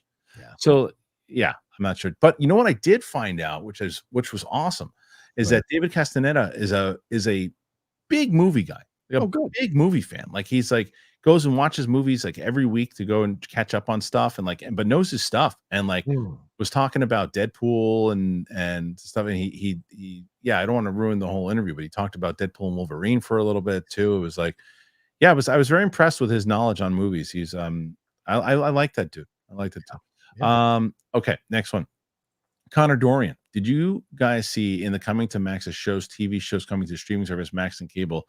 Oh, never for this year, next year. Yes. So I guess he put that in there before he covered it. But yeah, we definitely wrote. They HBO Max is still the king. They really are. They're still first quality stuff because Apple's getting close. Oh yeah. Matt Sinister McCall, per Beth Snyder, Blade 4 IRS vampires. Also, Blumhouse is off the hinges. A door that turns evil after being slammed too hard by an arguing couple. That makes sense that Blumhouse would make that. Yes, Matt Sinister coming in with his slammer every episode. With Joel Edgerton. Perfect. Yes. Sir Stefan's burnt asshole. Oh, this is a new one. Is this the same? I wonder if it's the same IP as Darth Vader's burnt asshole, or someone who was inspired by. What are the odds that Soul is an ancestor of Finn? May, Ray. I did get those screaming. That's screaming. Did you see the there was what was it? Those pitch meetings, the ones the screen ran to? Oh yeah. Every once in a while. They did one for Acolyte. It's hilarious. It's hilarious. Oh, it's really, it's so accurate. It's so accurate. Just the guy's face, like, well, why are we gonna do that? No, because okay. So accurate. That one was really good. Oh, he did that one. Okay. Be careful. You're gonna get unfollowed by somebody if you do that. If you say anything negative about the Acolyte. Kenneth Colton. House of the Dragon finale felt like a 70-minute trailer for season 3. Now we have to wait 2 years until 2026. They should have given us a taste of the war. I guess I know what didn't happen. Side note: Alien Romulus in 10 days. Yeah, I'm going to. Are you going to see? You going to the screening of that one? Yeah, screening is. I think mine's next week. Yeah, so you're probably getting. Oh, the same time. Yeah, okay. Same. Only thing I'm seeing this week is the Christopher Reeve documentary. I want to see that on Thursday. We're not even showing that here. I want to see that on Thursday. Okay. So let's see. Next one is we did that one. Well, thank you, by the way, Kenneth. But saying what he's saying as far as when I address his House of the Dragon. Yeah, I mean, I can't speak on it, but I'm assuming that's what John was referencing. Yes. Too, but I think that it is a bummer that we do have to wait another 2 years before the new seasons. Right? What are they only doing 4 seasons now, not 5? Is what? Yeah, 4 they announced today. Only 4. They're cutting it off at 4. Good. But they're going to start production in 2020, early in 2025. So I say that's good though that they're only doing 4 because don't push it. Do 4. Tell the story that you want to tell. You tell them great stories, and then you move on over. I really do hope that they keep the Game of Thrones theme song for every series that they do. Okay. Every series that they do, and maybe one day someone will call Lucasfilm and say, "Don't forget your music." Yeah. Carlton Rudder, London calling. What's up, Carlton? What are your predictions for Alien Romulus opening weekend and overall gross? I will say 75 opening weekend. No way. Global weekend 75. Oh, global. Okay. Global weekend 75. That's more like 465 million gross. I don't know if it's gonna make that much overall. I think opening weekend here, it's probably I think 75 is a fair number. I think it'll be around 35. Here. Yeah. Here, maybe about 35 here, and then it'll probably do depending on which markets it's opening to. So yeah, I don't know. 75 might be tough, but maybe 60, opening global opening weekend with a 4. I think 350 maybe for worldwide for gross. If it breaks 250, I'd be surprised. Worldwide. For the whole gross? There's no stars in it. There's no stars in it. They're up and comers, but they're no stars. Yeah, but James Cameron's not involved in any way, shape, or form in this one. It's Fede Alvarez, and it's Kaylee Spaney, and it's Isabella Merced. And so I think if they break 2 to 250, that's a success. Honestly. Well, so here's why this movie will be a success because it only costs $40 million to make. Yeah, see, there you go. Smart, and you're building off an IP. Yeah, that is, and $40 million without marketing, obviously, but still, yeah. So, Chris Grainer, Hotel Nerd. What up, Hotel Nerd? Anyone else realize that Deadpool and Wolverine makes Blade the first canonical MCU film? It's true. Yes. Yeah, it's true. Absolutely. Yes. And he follows it up. Ryan Reynolds is pushing for Channing Tatum-led Gambit film now that he posted he did a big post on it on X. This will go right into my what I was just saying about Alien. Fine, do it, but do it for $70 million. Do you remember how much the Gambit movie was going to be? Yeah, it was 150 or 200. 200. I remember Schnepp losing his fucking mind about that. He was so pissed off. $200 million. for that movie, and that's why it never happened. It was too much money for what they were trying to do, and that was at the time when people are overspending on everything. You can't overspend on that movie, even though what they can't do as well. This is related to Deadpool and Wolverine. This is one of the biggest movies of all time. Everyone, that whole audience is gonna. Don't assume that audience is gonna go anywhere except to Deadpool 4. Yeah, that's it. So do you think that do you think it should happen, and do you think it will happen? I appreciate Ryan pushing for this, and if you're pushing so hard for it, Ryan, put your own money into it, produce it, make it happen. But like, you turned him into a bit of a clown in the movie, so to me, I don't know if I'd want. I mean, you compare what Channing Tatum did. By the way, Deadpool making fun of him through the whole movie until the fight, to what you saw in X-Men '97. That's Gambit. That's Gambit. And what you got with Channing Tatum was a characterization made for jokes in a funny movie. So you say to me, I want to see Channing Tatum do this. Well, is what he did in the movie what you're going to get? Because if it is, I don't want to see a 2-hour movie of that. I'd rather see a 2-hour movie of the Gambit we got in X-Men '97 that is much more comics accurate than what you saw with Channing Tatum's version of Gambit in Deadpool and Wolverine. That's my own personal point. I gotta tell you, I'm with you. It's like, I thought it was hilarious. Yeah, I thought it was super funny. I thought it was one of the best parts of the whole movie. Well, let's get somebody else. Let's start casting the new X-Men now. Let's start casting the new X-Men. Start casting new. Let's remember, no one knew who Hugh Jackman was before Wolverine. Yeah, true. And that was even before Wolverine. Wolverine was a known character in comic books, and people kind of knew it, but he wasn't like the kind of big cinematic icon that he is now because of all the movies and stuff. And that was also obviously because of the great job that Hugh Jackman did. But so many of these actors, they're building their names on these characters, and the X-Men have such a big, powerful name now with IP. You don't need, and save yourself money, you don't need big actors in these roles. Give new actors. And this is one of the reasons why I was more on the fence of like, I wish they didn't go that way with the Downey side of it, because you could have given somebody an opportunity there that could have, and not even necessarily an unknown, but somebody who just needed that bigger movie to do it. And like, Channing Tatum doesn't need a Gambit movie. I mean, you can make money on it, sure, and if they do it, fine, but you gotta focus on the X-Men right now. No, and Blade was the only one that wasn't played for jokes. Yeah. So let that sink in, Yeah, it's true. All right, Simon Section. Guys, I haven't seen your review of Trapped. By the look of YouTubers' thumbnails, it doesn't look good. I hope the twist isn't similar to Identity. They didn't screen this movie. No, they didn't screen it. And they it's claimed like, it was because of the twist. maybe, but apparently not. I tried to get into a screening, but they said we're not screening this movie for critics right now. And so people, and this will go back to those people who thought I wasn't. What was that? The Jim Caviezel movie that made all the money? Which one? The recent one? The recent one that everyone was giving people. Sound of Freedom.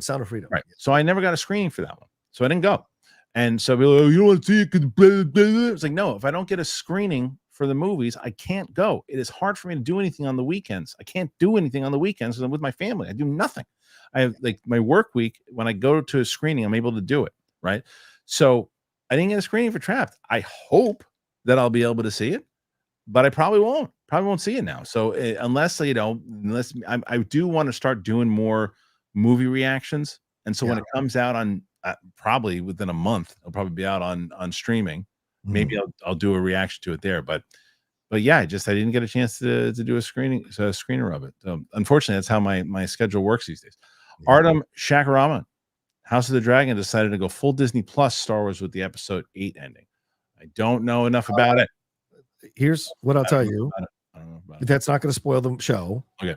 It was WB's decision to cut it to 8. The writers came out and said, I think Sarah Hess came out and said, it was not our decision. So the people involved with House of the Dragon wanted a 10-episode series. It was Warner Brothers who told them they could only do an 8-episode series.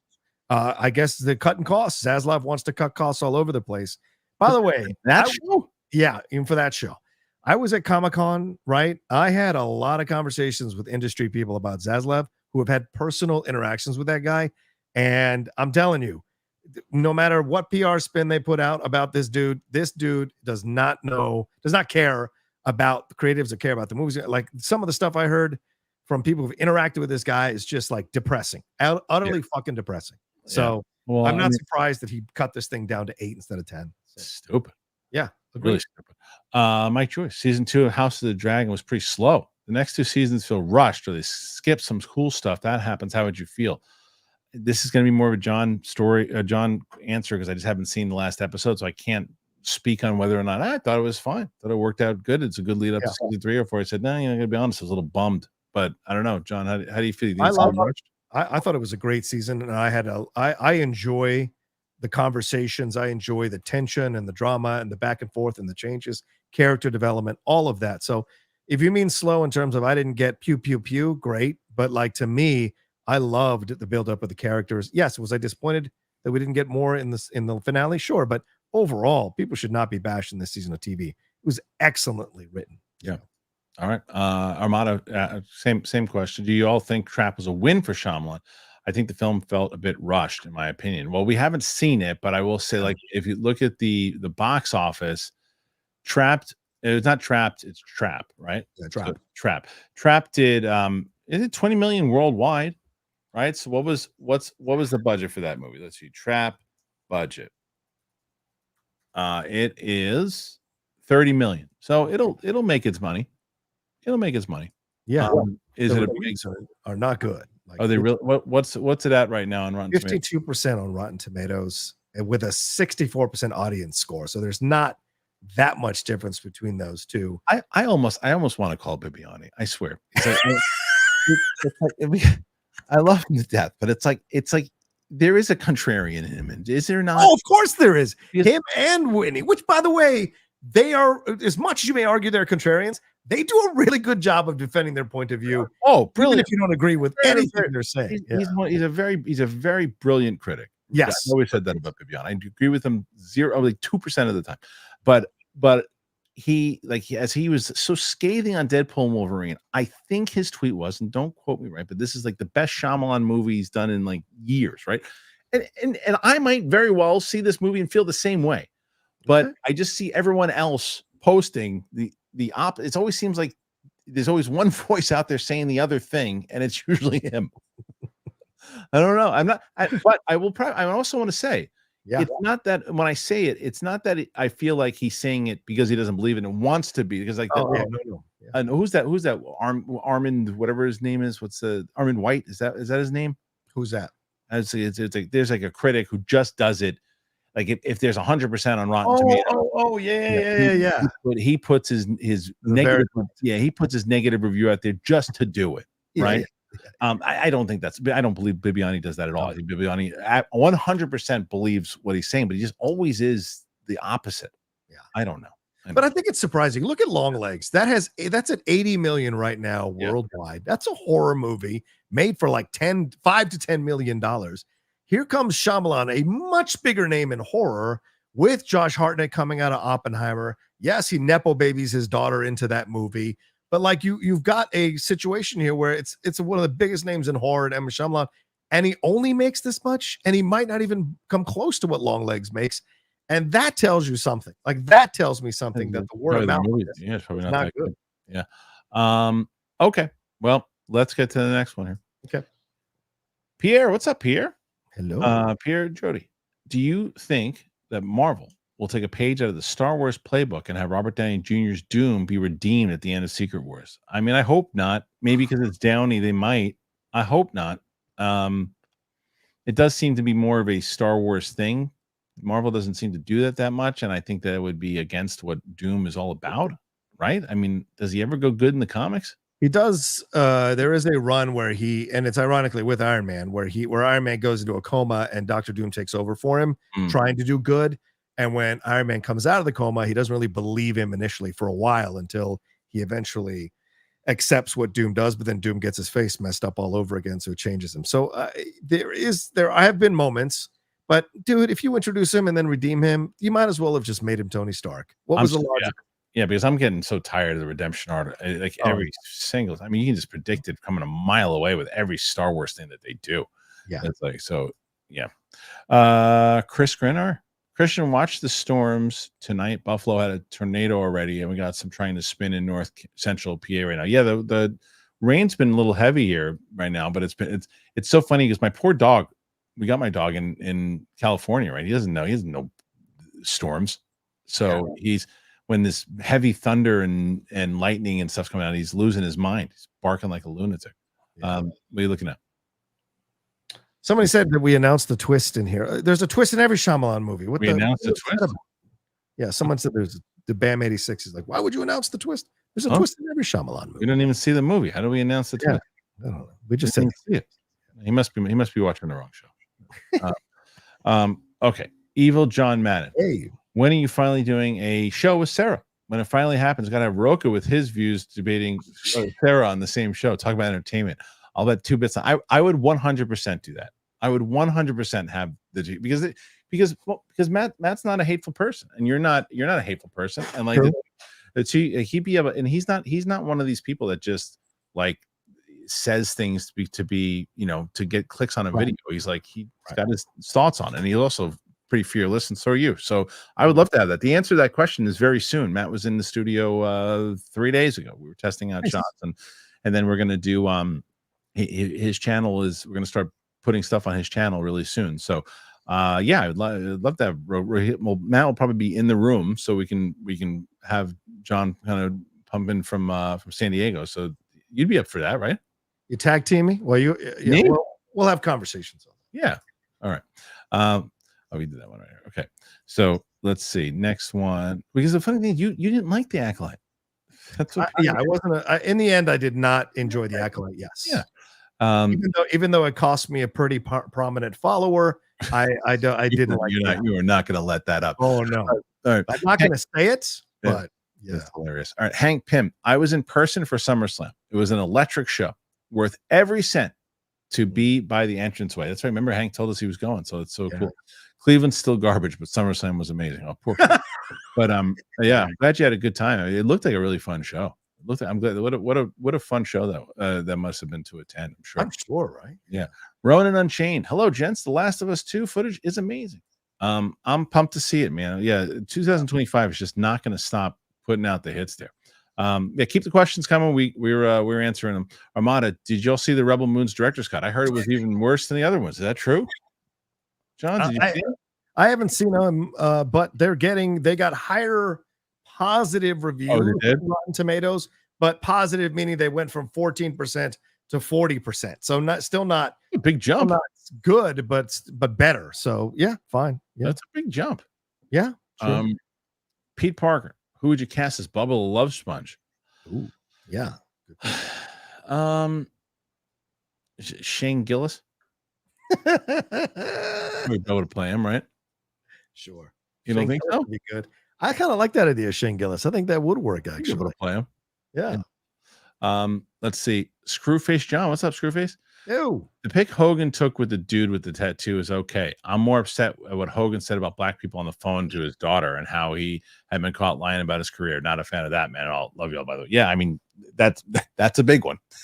So he 100%. And wasn't it also it's also in that tape that they're going to be covering. Yeah, it is, right? It's in the Gawker stuff. Oh, yeah, no, absolutely. Ben Affleck is going to say the N-word on screen if they do it. It's absolutely. Well, they'll probably beep him.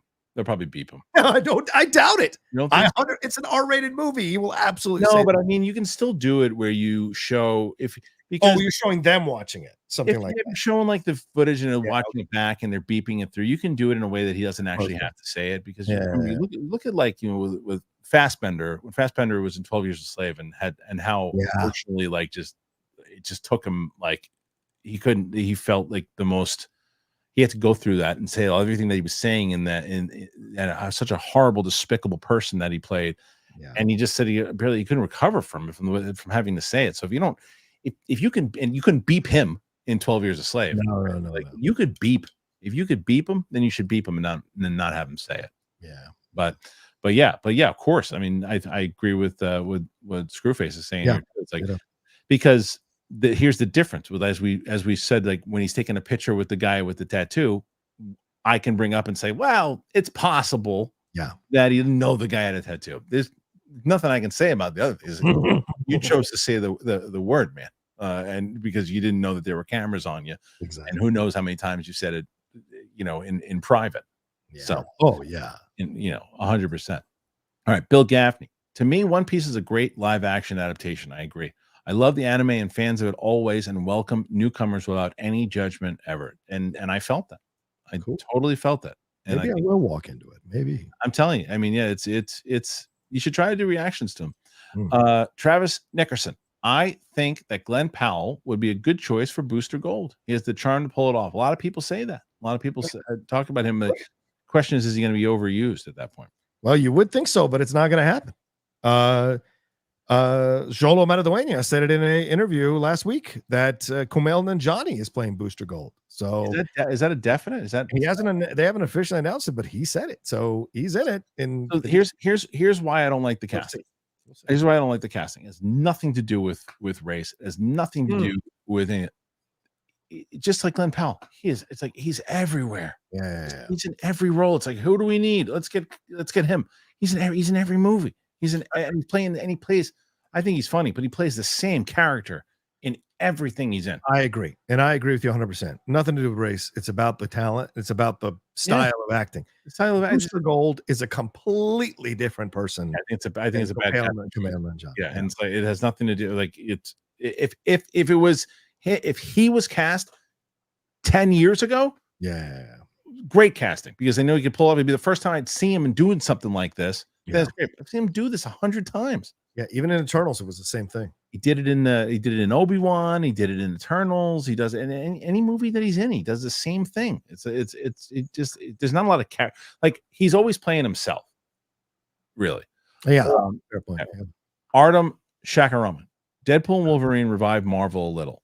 What can Star Wars do to have the same effect? Will Mando and Grogu be the Deadpool and Wolverine of Star Wars?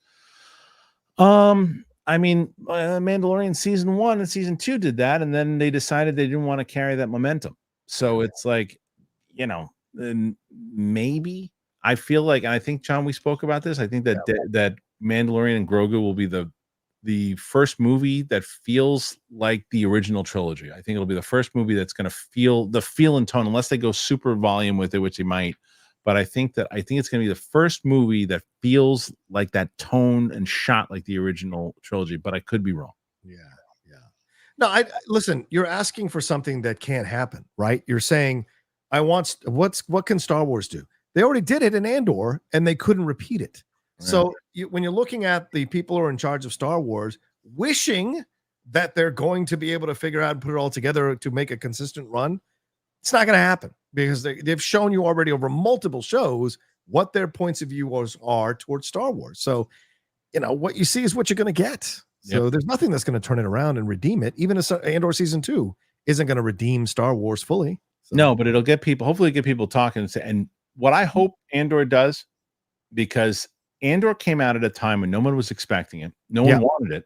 And it is arguably the best written thing since Empire Strikes Back. Right. Yep. Agreed. It was Star Wars. And since then they've just had thud after thud after thud of duds. Thudding thuds. And the question is, will they, if they hit this time with Andor season 2, they've got way more juice so somebody should say, hey, I know I've only been here 2 weeks, but what I've noticed is that Andor season 1 and Andor season 2 critically seem to get a lot of love, and the fan base isn't like trying to tear each other apart over it. Should we do more stuff like this? But they won't. But we'll see. I don't know. Let me put my cowboy hat on. No, I don't think this is the way to go. And that's my favorite response from people. No, he likes it. Mike Joyce saw Footloose 4. Footloose 4. I was like, there's a fourth one? Saw Footloose 4 the first time recently. I loved it. Yeah, it's great. Especially the never warehouse dance. Yeah. What's your favorite scene in a movie that's random, unnecessary? I don't know if that scene's unnecessary. You need barn scene. Yeah, I don't think that barn scene is unnecessary at all. I think it's a perfect way to end the movie. Well, no, the barn scene doesn't end it. The barn is he's talking about the scene when Kevin Bacon does that single dance scene by himself. Oh, yeah, right. Not the prom thing. Oh, my bad. Because he's pent up. Yeah. And he can't do it anywhere. So he goes to that barn and he shows it, and it's like, it's an 80s dance. But yeah, that particular, I know it's not the question, but that I don't think that's an unnecessary scene. I don't either. And Mike, before there was social media that you could go crazy on all the time, because I see you on there going crazy all the time, people went to barns and unleashed. That's what you did with all your frustration. And so, yeah, it's not an unnecessary scene. They went to barns? They went to barns and danced. That's how we did it back in the 80s, for God's sakes. In the 80s, the 1880s, I guess. I don't know about an unnecessary scene. It's always hard for me to come up with those on the spot. The last 7 minutes of Horizon, that's an unnecessary scene. Yeah. Okay, let's see. Next one. Matt Sinister McCollum. Mama Rhea is the GOAT of female wrestling. Agree? I mean, I don't know if she's the GOAT, but she's too young of a career, but she is definitely a megastar. She's a megastar. She oozes charisma. She understands how wrestling works. She understands all. She's a megastar. So you can't call her that yet, because she just has too young of a career. I would say it's Rhea and Toni Storm right now, who are the 1-2 right now. It's greatest female professional wrestlers right now. When you look at matches and you look at promos, who's the other one? Toni Storm over in AEW. Oh, she's incredible. It's timeless. You're giving AEW some props. Well, yeah. I mean, there's 2 or 3 really good people there, and then the rest not so much. What do you think about the Shane McMahon stuff at AEW? I think that's all just for him to renegotiate a contract at WWE. Okay. Yeah. All right. Justin Fountain. I love Deadpool Wolverine, but I still feel like Marvel's not out of the woods just yet. No, of course not. They still have to show that Marvel can shake up the nonsense of Phase, in my opinion, like the show. Yeah, I mean, they have to. Captain America needs to hit. If Captain America hits, and Captain America hits well, then they're going to be in good shape. If they don't, they're starting from scratch again. So, and I know that they've essentially shot 2 movies. This movie, Captain America is going to be a loss, but it's not they're not trying to get money here, obviously they're trying to get money, but the goal is not to make a huge profit on this, because they can't. I mean, the movie's going to overall cost like $400 million. They're already probably going to make a lot of it back with Deadpool and Wolverine anyway. They have to make a quality movie to say, oh, okay, we know what we're doing again. Yeah, they reshot it like 4 times? Yeah, something like that. So, and are you hearing anything new from the reshoots? I know that originally you guys heard that it was just a disaster. But now, since it's a brand new movie, anything new on it? Not really. I mean, just the footage they showed at Comic-Con, from what I understand, that's the stuff that they reshot, which is a lot of the Red Hulk stuff. Because remember, Red Hulk was going to be a bigger part of Thunderbolts, and they moved him off of that to put him into this movie. I think they felt that Captain America 4, without the Red Hulk being a big part, was not working. So they're like, well, we got to get butts in seats. Harrison Ford, bring him in, make him the Red Hulk. Let's see more of the Red Hulk. Let's see how we can weave that into the overall story. And I think that's what they did here. And so hopefully, it's something that really works out and it's a good movie by the end. But yeah, we will see. I haven't heard much else besides that. Yeah. Well, so all right. Well, that is coming out in February. So that is very, very crucial. And then it'll be Thunderbolts and then Fantastic Four, because if they can go Deadpool, Wolverine, hit, Captain America hit, Thunderbolts hit, and then Fantastic Four, people are going to be singing the Marvel song again, because then that leads into and this is why they are smart, not talking about Blade right now, and not until they get it right, retooling Daredevil rather. So take your time, build back up. It looks like that's what they're trying to do. Gabe Oliveira. Efron was hospitalized yesterday from a pool situation.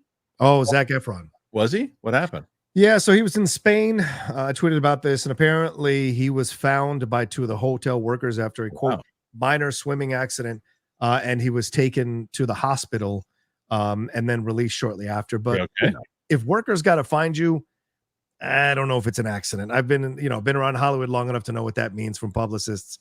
In my opinion, it was probably either drug induced or alcohol induced, and then or a possible suicide attempt. I don't know. So to me, this also remember that he, we got to be careful, and we don't know. That's my speculation. In no way am I saying this happened. Yeah. It could have been something, where he got exhausted and fell asleep in the pool. And it is also one of the things where, we talked about that movie, the Iron Claw. the shape that he was in. Then he had to come down because he did that movie afterwards with Nicole Kidman and Joey King, the one from Netflix. And Oh yeah, he's still big. It was funny because my wife was watching it and she's like, "Oh, he's yoked in this." I was like, "He's a fraction of what he was in that movie." And your body is like, look what happened with Christian Bale when you're shrinking, doing all that. Who knows what kind of toll it takes on your body from going that big, that small, that quick.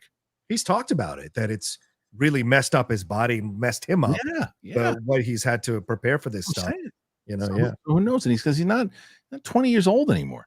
Yeah, Zach didn't want to achieve respectability. I think he could just slim down and do these like throwaway comedies and make his money for the rest of his life. But Zach wants more, and I respect it. It's just clearly he should have been doing what he's doing now 10 years ago. Yeah, agreed. His agent, whoever it was at the time, was kept putting him in this shit. And he's a good actor. He's really good. Look at Pattinson did that. Yeah. Got out of Twilight. I'm going right to do it independent. Yeah, he had a great team. Rover and all these things. His team needed to shake that image away. Yeah. And they did it. You need to finish The Boys' new season. I need to start The Boys' new season. Loudermilk, high recommend. What's that? Which one's Loudermilk? I don't know Loudermilk. I don't know. I'm not sure, but Boys. Did you wind up liking the Boys? Yeah, season? I liked the season. It was a little on the nose with some of the commentary, which I think was a problem. But by the end, I'm looking forward to season 5 to finish it off. Travis is back. I think they should do the origin of Lawrence Fishburne's character and his rise to power and how we end up owing John Wick. Yeah, could be interesting, but I mean, but they're not doing a prequel though. They're doing it's a post, so wouldn't be able to do that. But maybe Chris Grenier again. So apparently Logan was to beat LA Knight, but Logan's tweets made WWE put a title on Knight. Is that true? Oh, I wouldn't doubt it for a second. What happened? You didn't see Logan Paul's tweets? No. Oh my God. He went off on that Olympic boxer. Oh, the boxer. Very strong transphobic tweets, deleted them, and then put up a stupid apology. He was like, oopsies, I guess I said the wrong thing and misinformation. And it's like, he didn't even take responsibility for being an idiot. And it brought up all his old stuff where he said racist stuff in the past, done racist things. Social media. Yeah. I think the WWE's like, you know what? Social media. It can just, so he was supposed to win. And I'm not surprised. I'm not surprised either because it was in his freaking hometown. Yeah. But WWE's like, you got to drop the belt, kid. You got to drop the belt. It's like a punishment. Yep. That was absolutely his punishment. Those tweets. Yeah. Okay. Well, that makes not be surprised. It pans. It makes sense. It tracks. It tracks. Yep. Bill Gaffney. Maybe Bill and Ted will time travel to take over the high table. Maybe Bill and Ted. Did you hear about this? Bill and Ted are coming. Alex Winter and Keanu Reeves are going to be on Broadway doing Waiting for Godot. They're reuniting to do Waiting. They're not doing a Bill and Ted movie. No. I mean, to play. I would go because I was literally going to go. Sarah, we got to end the stream so I can buy tickets. That's hilarious. I didn't like the last Bill and Ted movie though. Yeah, I didn't like that. Did you like the last one? The last Bill and Ted? No, I didn't. It's not that good. I think people who liked it were leaning on nostalgia. Yeah, there were moments that I enjoyed, but it was they couldn't capture it. Chris Costin. Even though I think Robert Downey Jr. will do great as Doom, I wish they had picked another actor. Same. I think Nikolai Coster-Waldau would have been a great choice for Doom. He would have been an interesting choice. He would have been interesting. Yeah, for sure. I think that the way Hollywood works, they were like, maybe it was during Game of Thrones we would have cast him, but now no one's talking about him anymore. That's how it works. Yeah. Like, unfortunately, I think it's stupid. So a great thing that there's a lot of talk about. What was it? I think it was Vince Vaughn was on Hot Ones or whatever. Oh, okay. And he's talking about how it works in the studio now. When it comes to certain things, that it's just like how it's so true. Where they ask, well, what's the IP? And they don't. And he said, well, John Hughes didn't have an IP. He had a girl turned 16. It's like or a high schooler taken off from school. It's like it doesn't work that way anymore. It just doesn't. And it was there. It was like that. It's always like that. And it was like that when I was there for Warner Brothers, where the executives are scared to lose their jobs, so they go with the easy route. They don't want to take risks. And ironically, it's the people who take risks that are the most successful. Yeah, you got to take the right risks, and that's what always separates the great ones from the not great ones. Yeah, and I think Vince is a little bit like. First of all, that trailer for his new show looks terrible, but Vince is a little bit like looking at revisionist history, because it wasn't like John Hughes walked in and was like, I want to do 16 candles. All right, here's all the money. No, he had to pitch them too. He had to convince them too, because they're like, nobody wants to see come of age movies. Those movies never made money in Hollywood. Right. John Hughes made them make money. But and he was able to get him greenlit because he was John. Yes. For sure. But I also think that but there was something back in from the 80s, 90s, and even 2000 where you could do movies with premises more so than just the IP. And like that's all they try to do now. Like I think he brought it like Battleship. You know, they made Battleship. It was a terrible movie. I mean, Ellis and I went to the premiere of that stupid thing. Husker for Life 109, House of the Dragon finale was a little disappointing. I was expecting a big battle towards the end. It seems like that's what most people are saying. And it seems like I probably won't be as disappointed now when I go in to watch it. Probably not. Yeah. Okay. BJ Hawkinson, football season coming up. What's your SB matchup? What's SB? Super Bowl. Oh, there you go. Perfect. So there you shows you how much I'm tuned in right now. I would tell you that I am not. It's the same thing where I was just like yesterday. I had to tune in and find out the Yankees. I knew the Yankees were like a half game out. Yeah, because they won yesterday. So I had to find out like what's going on with them in Baltimore. But it's like catching up on stuff. I don't know. I always say get the Giants to the Super Bowl. That's all. Get them to the Super Bowl. Did you watch? Have you been watching the Hard Knocks with the No, Giants? it's been good. Oh yeah. Yeah, is it really good? Are you turning into a Giants fan now? Oh, I hate the Giants, but like I love watching Hard Knocks and seeing the machinations behind the scenes. The Saquon Barkley shit is worth it. It is something I was planning on checking out, but I don't have a Super Bowl prediction yet, John. Do you? Yeah, I would say I think 49ers are going to come back again, get in the Super Bowl if the Packers don't stop them with Jordan Love, and I think they take on the Texans. I think CJ Stroud makes that leap and they overcome the Chiefs. All right. Travis again. Thank you, Travis. Do you think we'll ever get another Blue Beetle movie?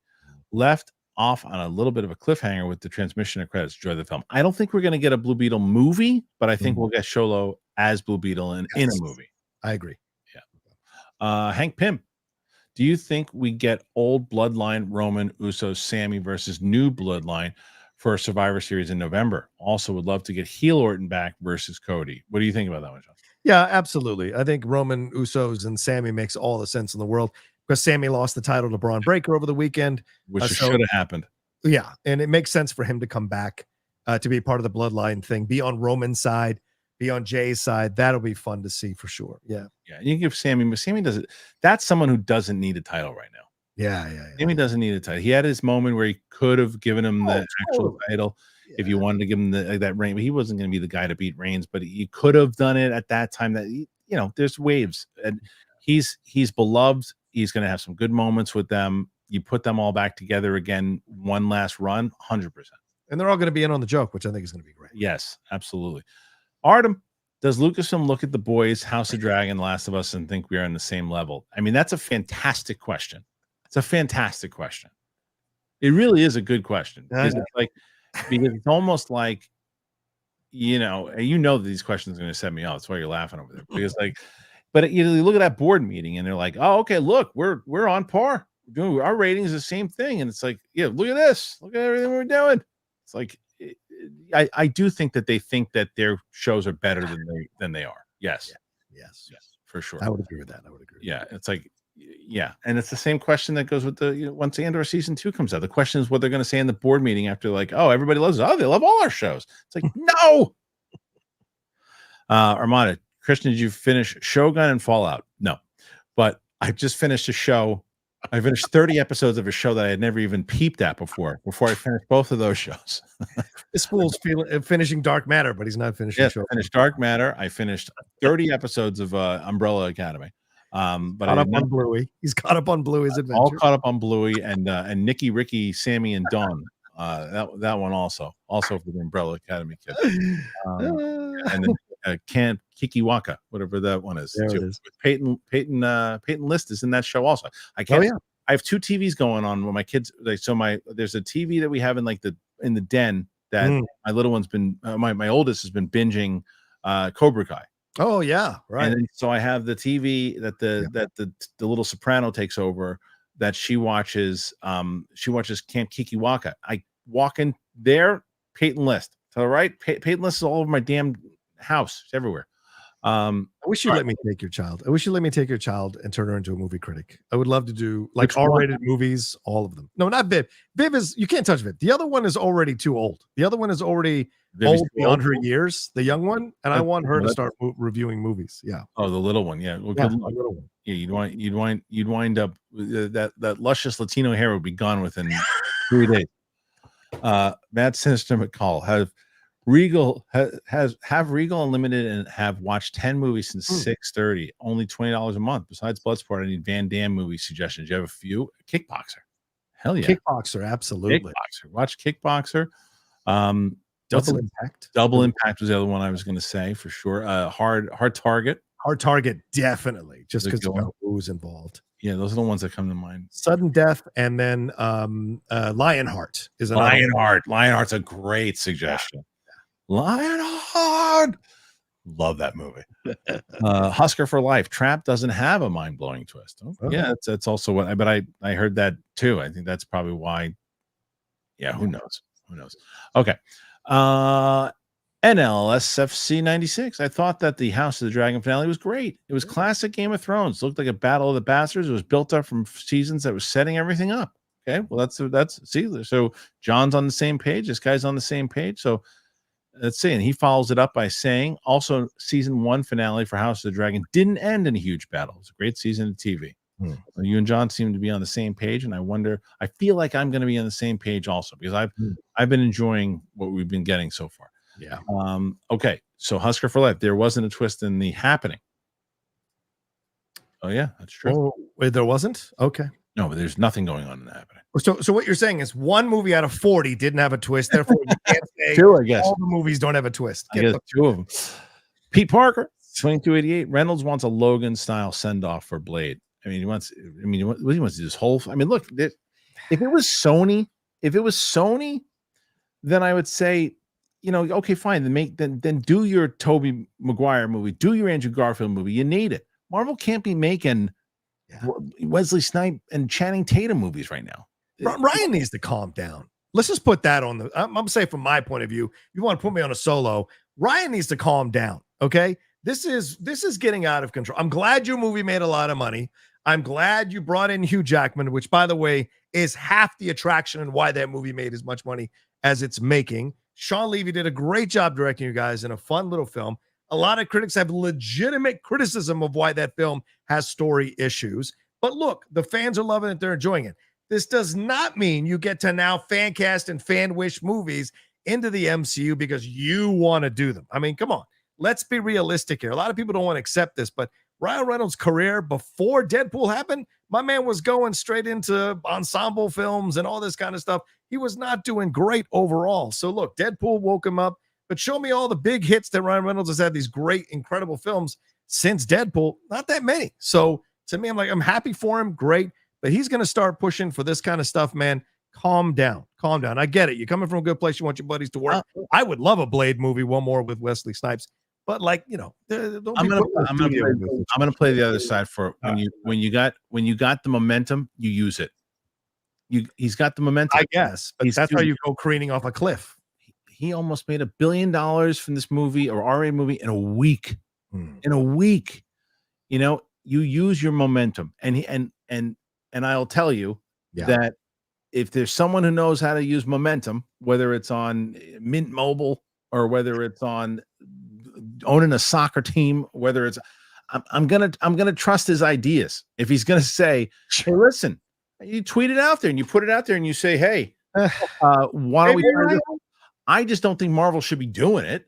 Yeah. But I don't think that I think that if I'm him, I'll be honest, John, I'm doing the same thing. You're right. You know what I mean? You use your cachet when you get it, and he's doing it for the good of his friends like Channing Tatum. And laying in bed, and he goes, you know what I'm going to do? People want to see Wesley Snipes hasn't done it. People love what he's doing right now. It's trending. Hey, give Wesley Snipes a movie. Hey, pretty good engagement. Look, Wesley tweeted out that headline saying we don't need Mahershala Ali Blade. We need a Wesley Blade movie. And then said, you guys are crazy. Essentially kind of co-signing that possibility. So maybe it's a movement here. Yeah, that's what I mean. So I think that I understand the strategy now. All right, so let's see. It's like a middle. Yep, Pete Parker.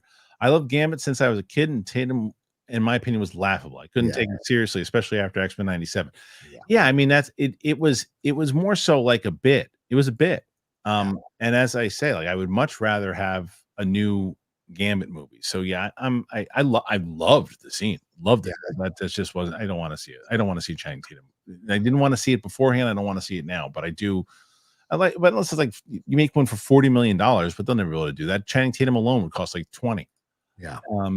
Mike Pelly theory: MCU's Tony was Victor all along, adopted by Howard and unaware of his true identity. Could explain why an RDJ variant is actually Doom and could offer intriguing storytelling going forward.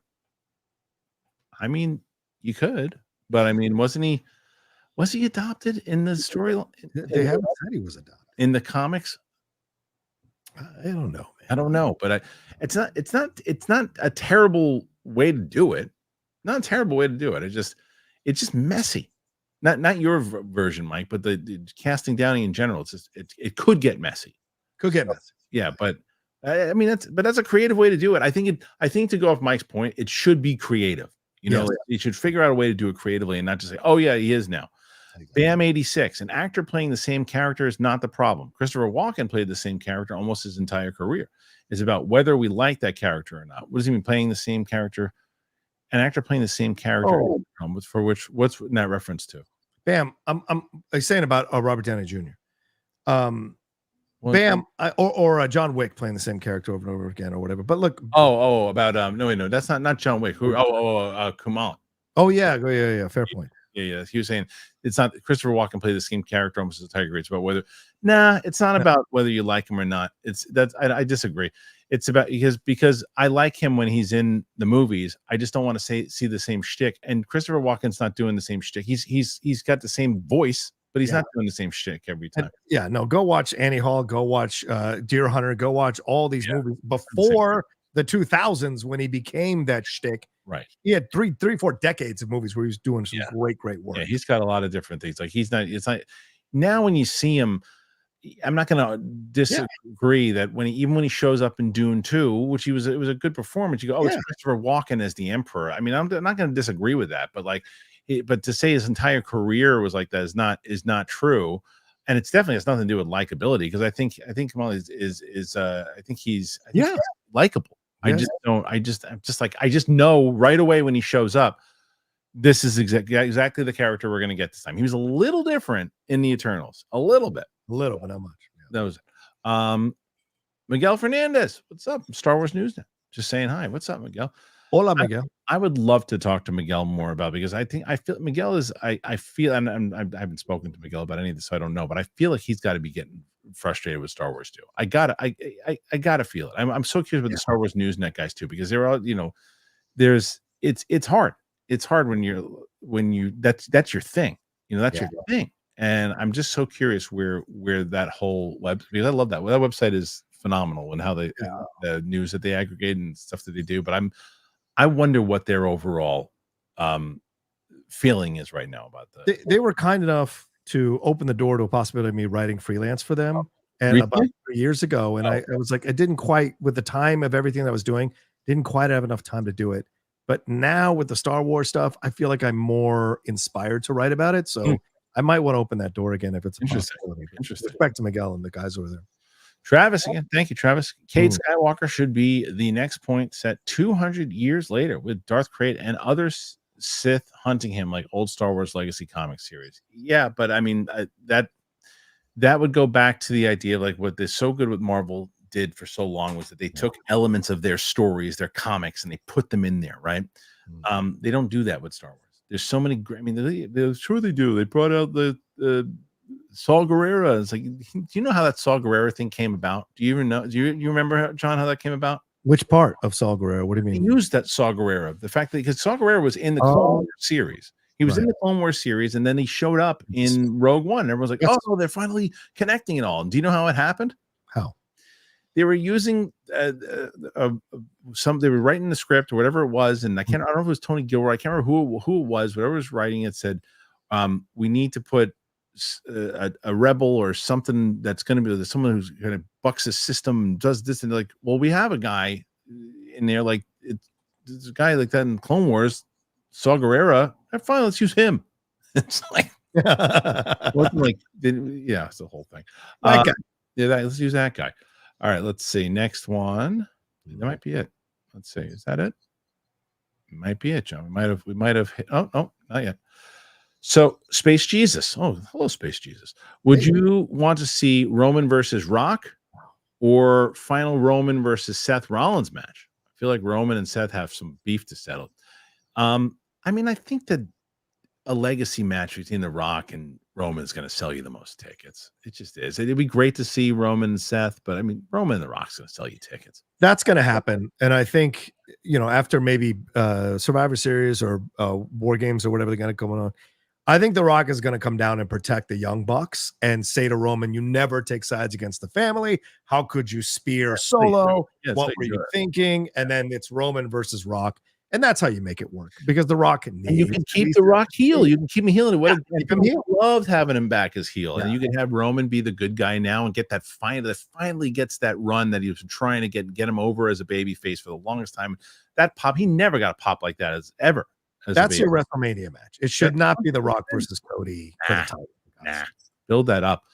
Chris, Hotel Nerd. Anyone else feel like SummerSlam is a must-watch PLE as it was highly transitional with all the title changes and the Judgment Day falling apart? Yeah, it was great storytelling. This is the epitome of what they're doing right now.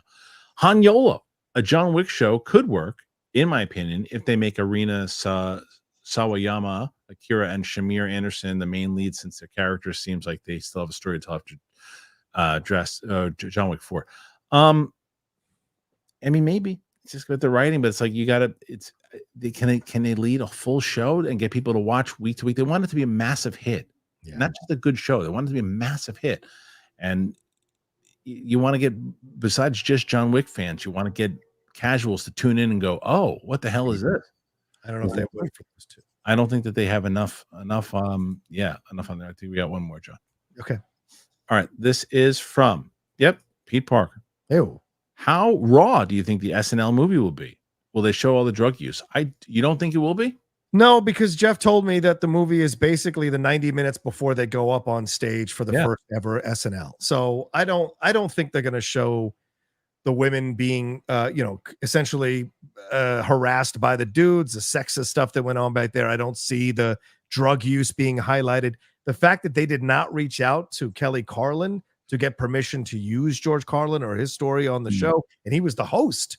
That to me tells me like they're going a much softer route than you might think. Plus, I think because Sony distributes SNL internationally, I think or NBC stuff internationally, I think they don't want to kind of stir up the pot too much. They want it to be a love fest, I think.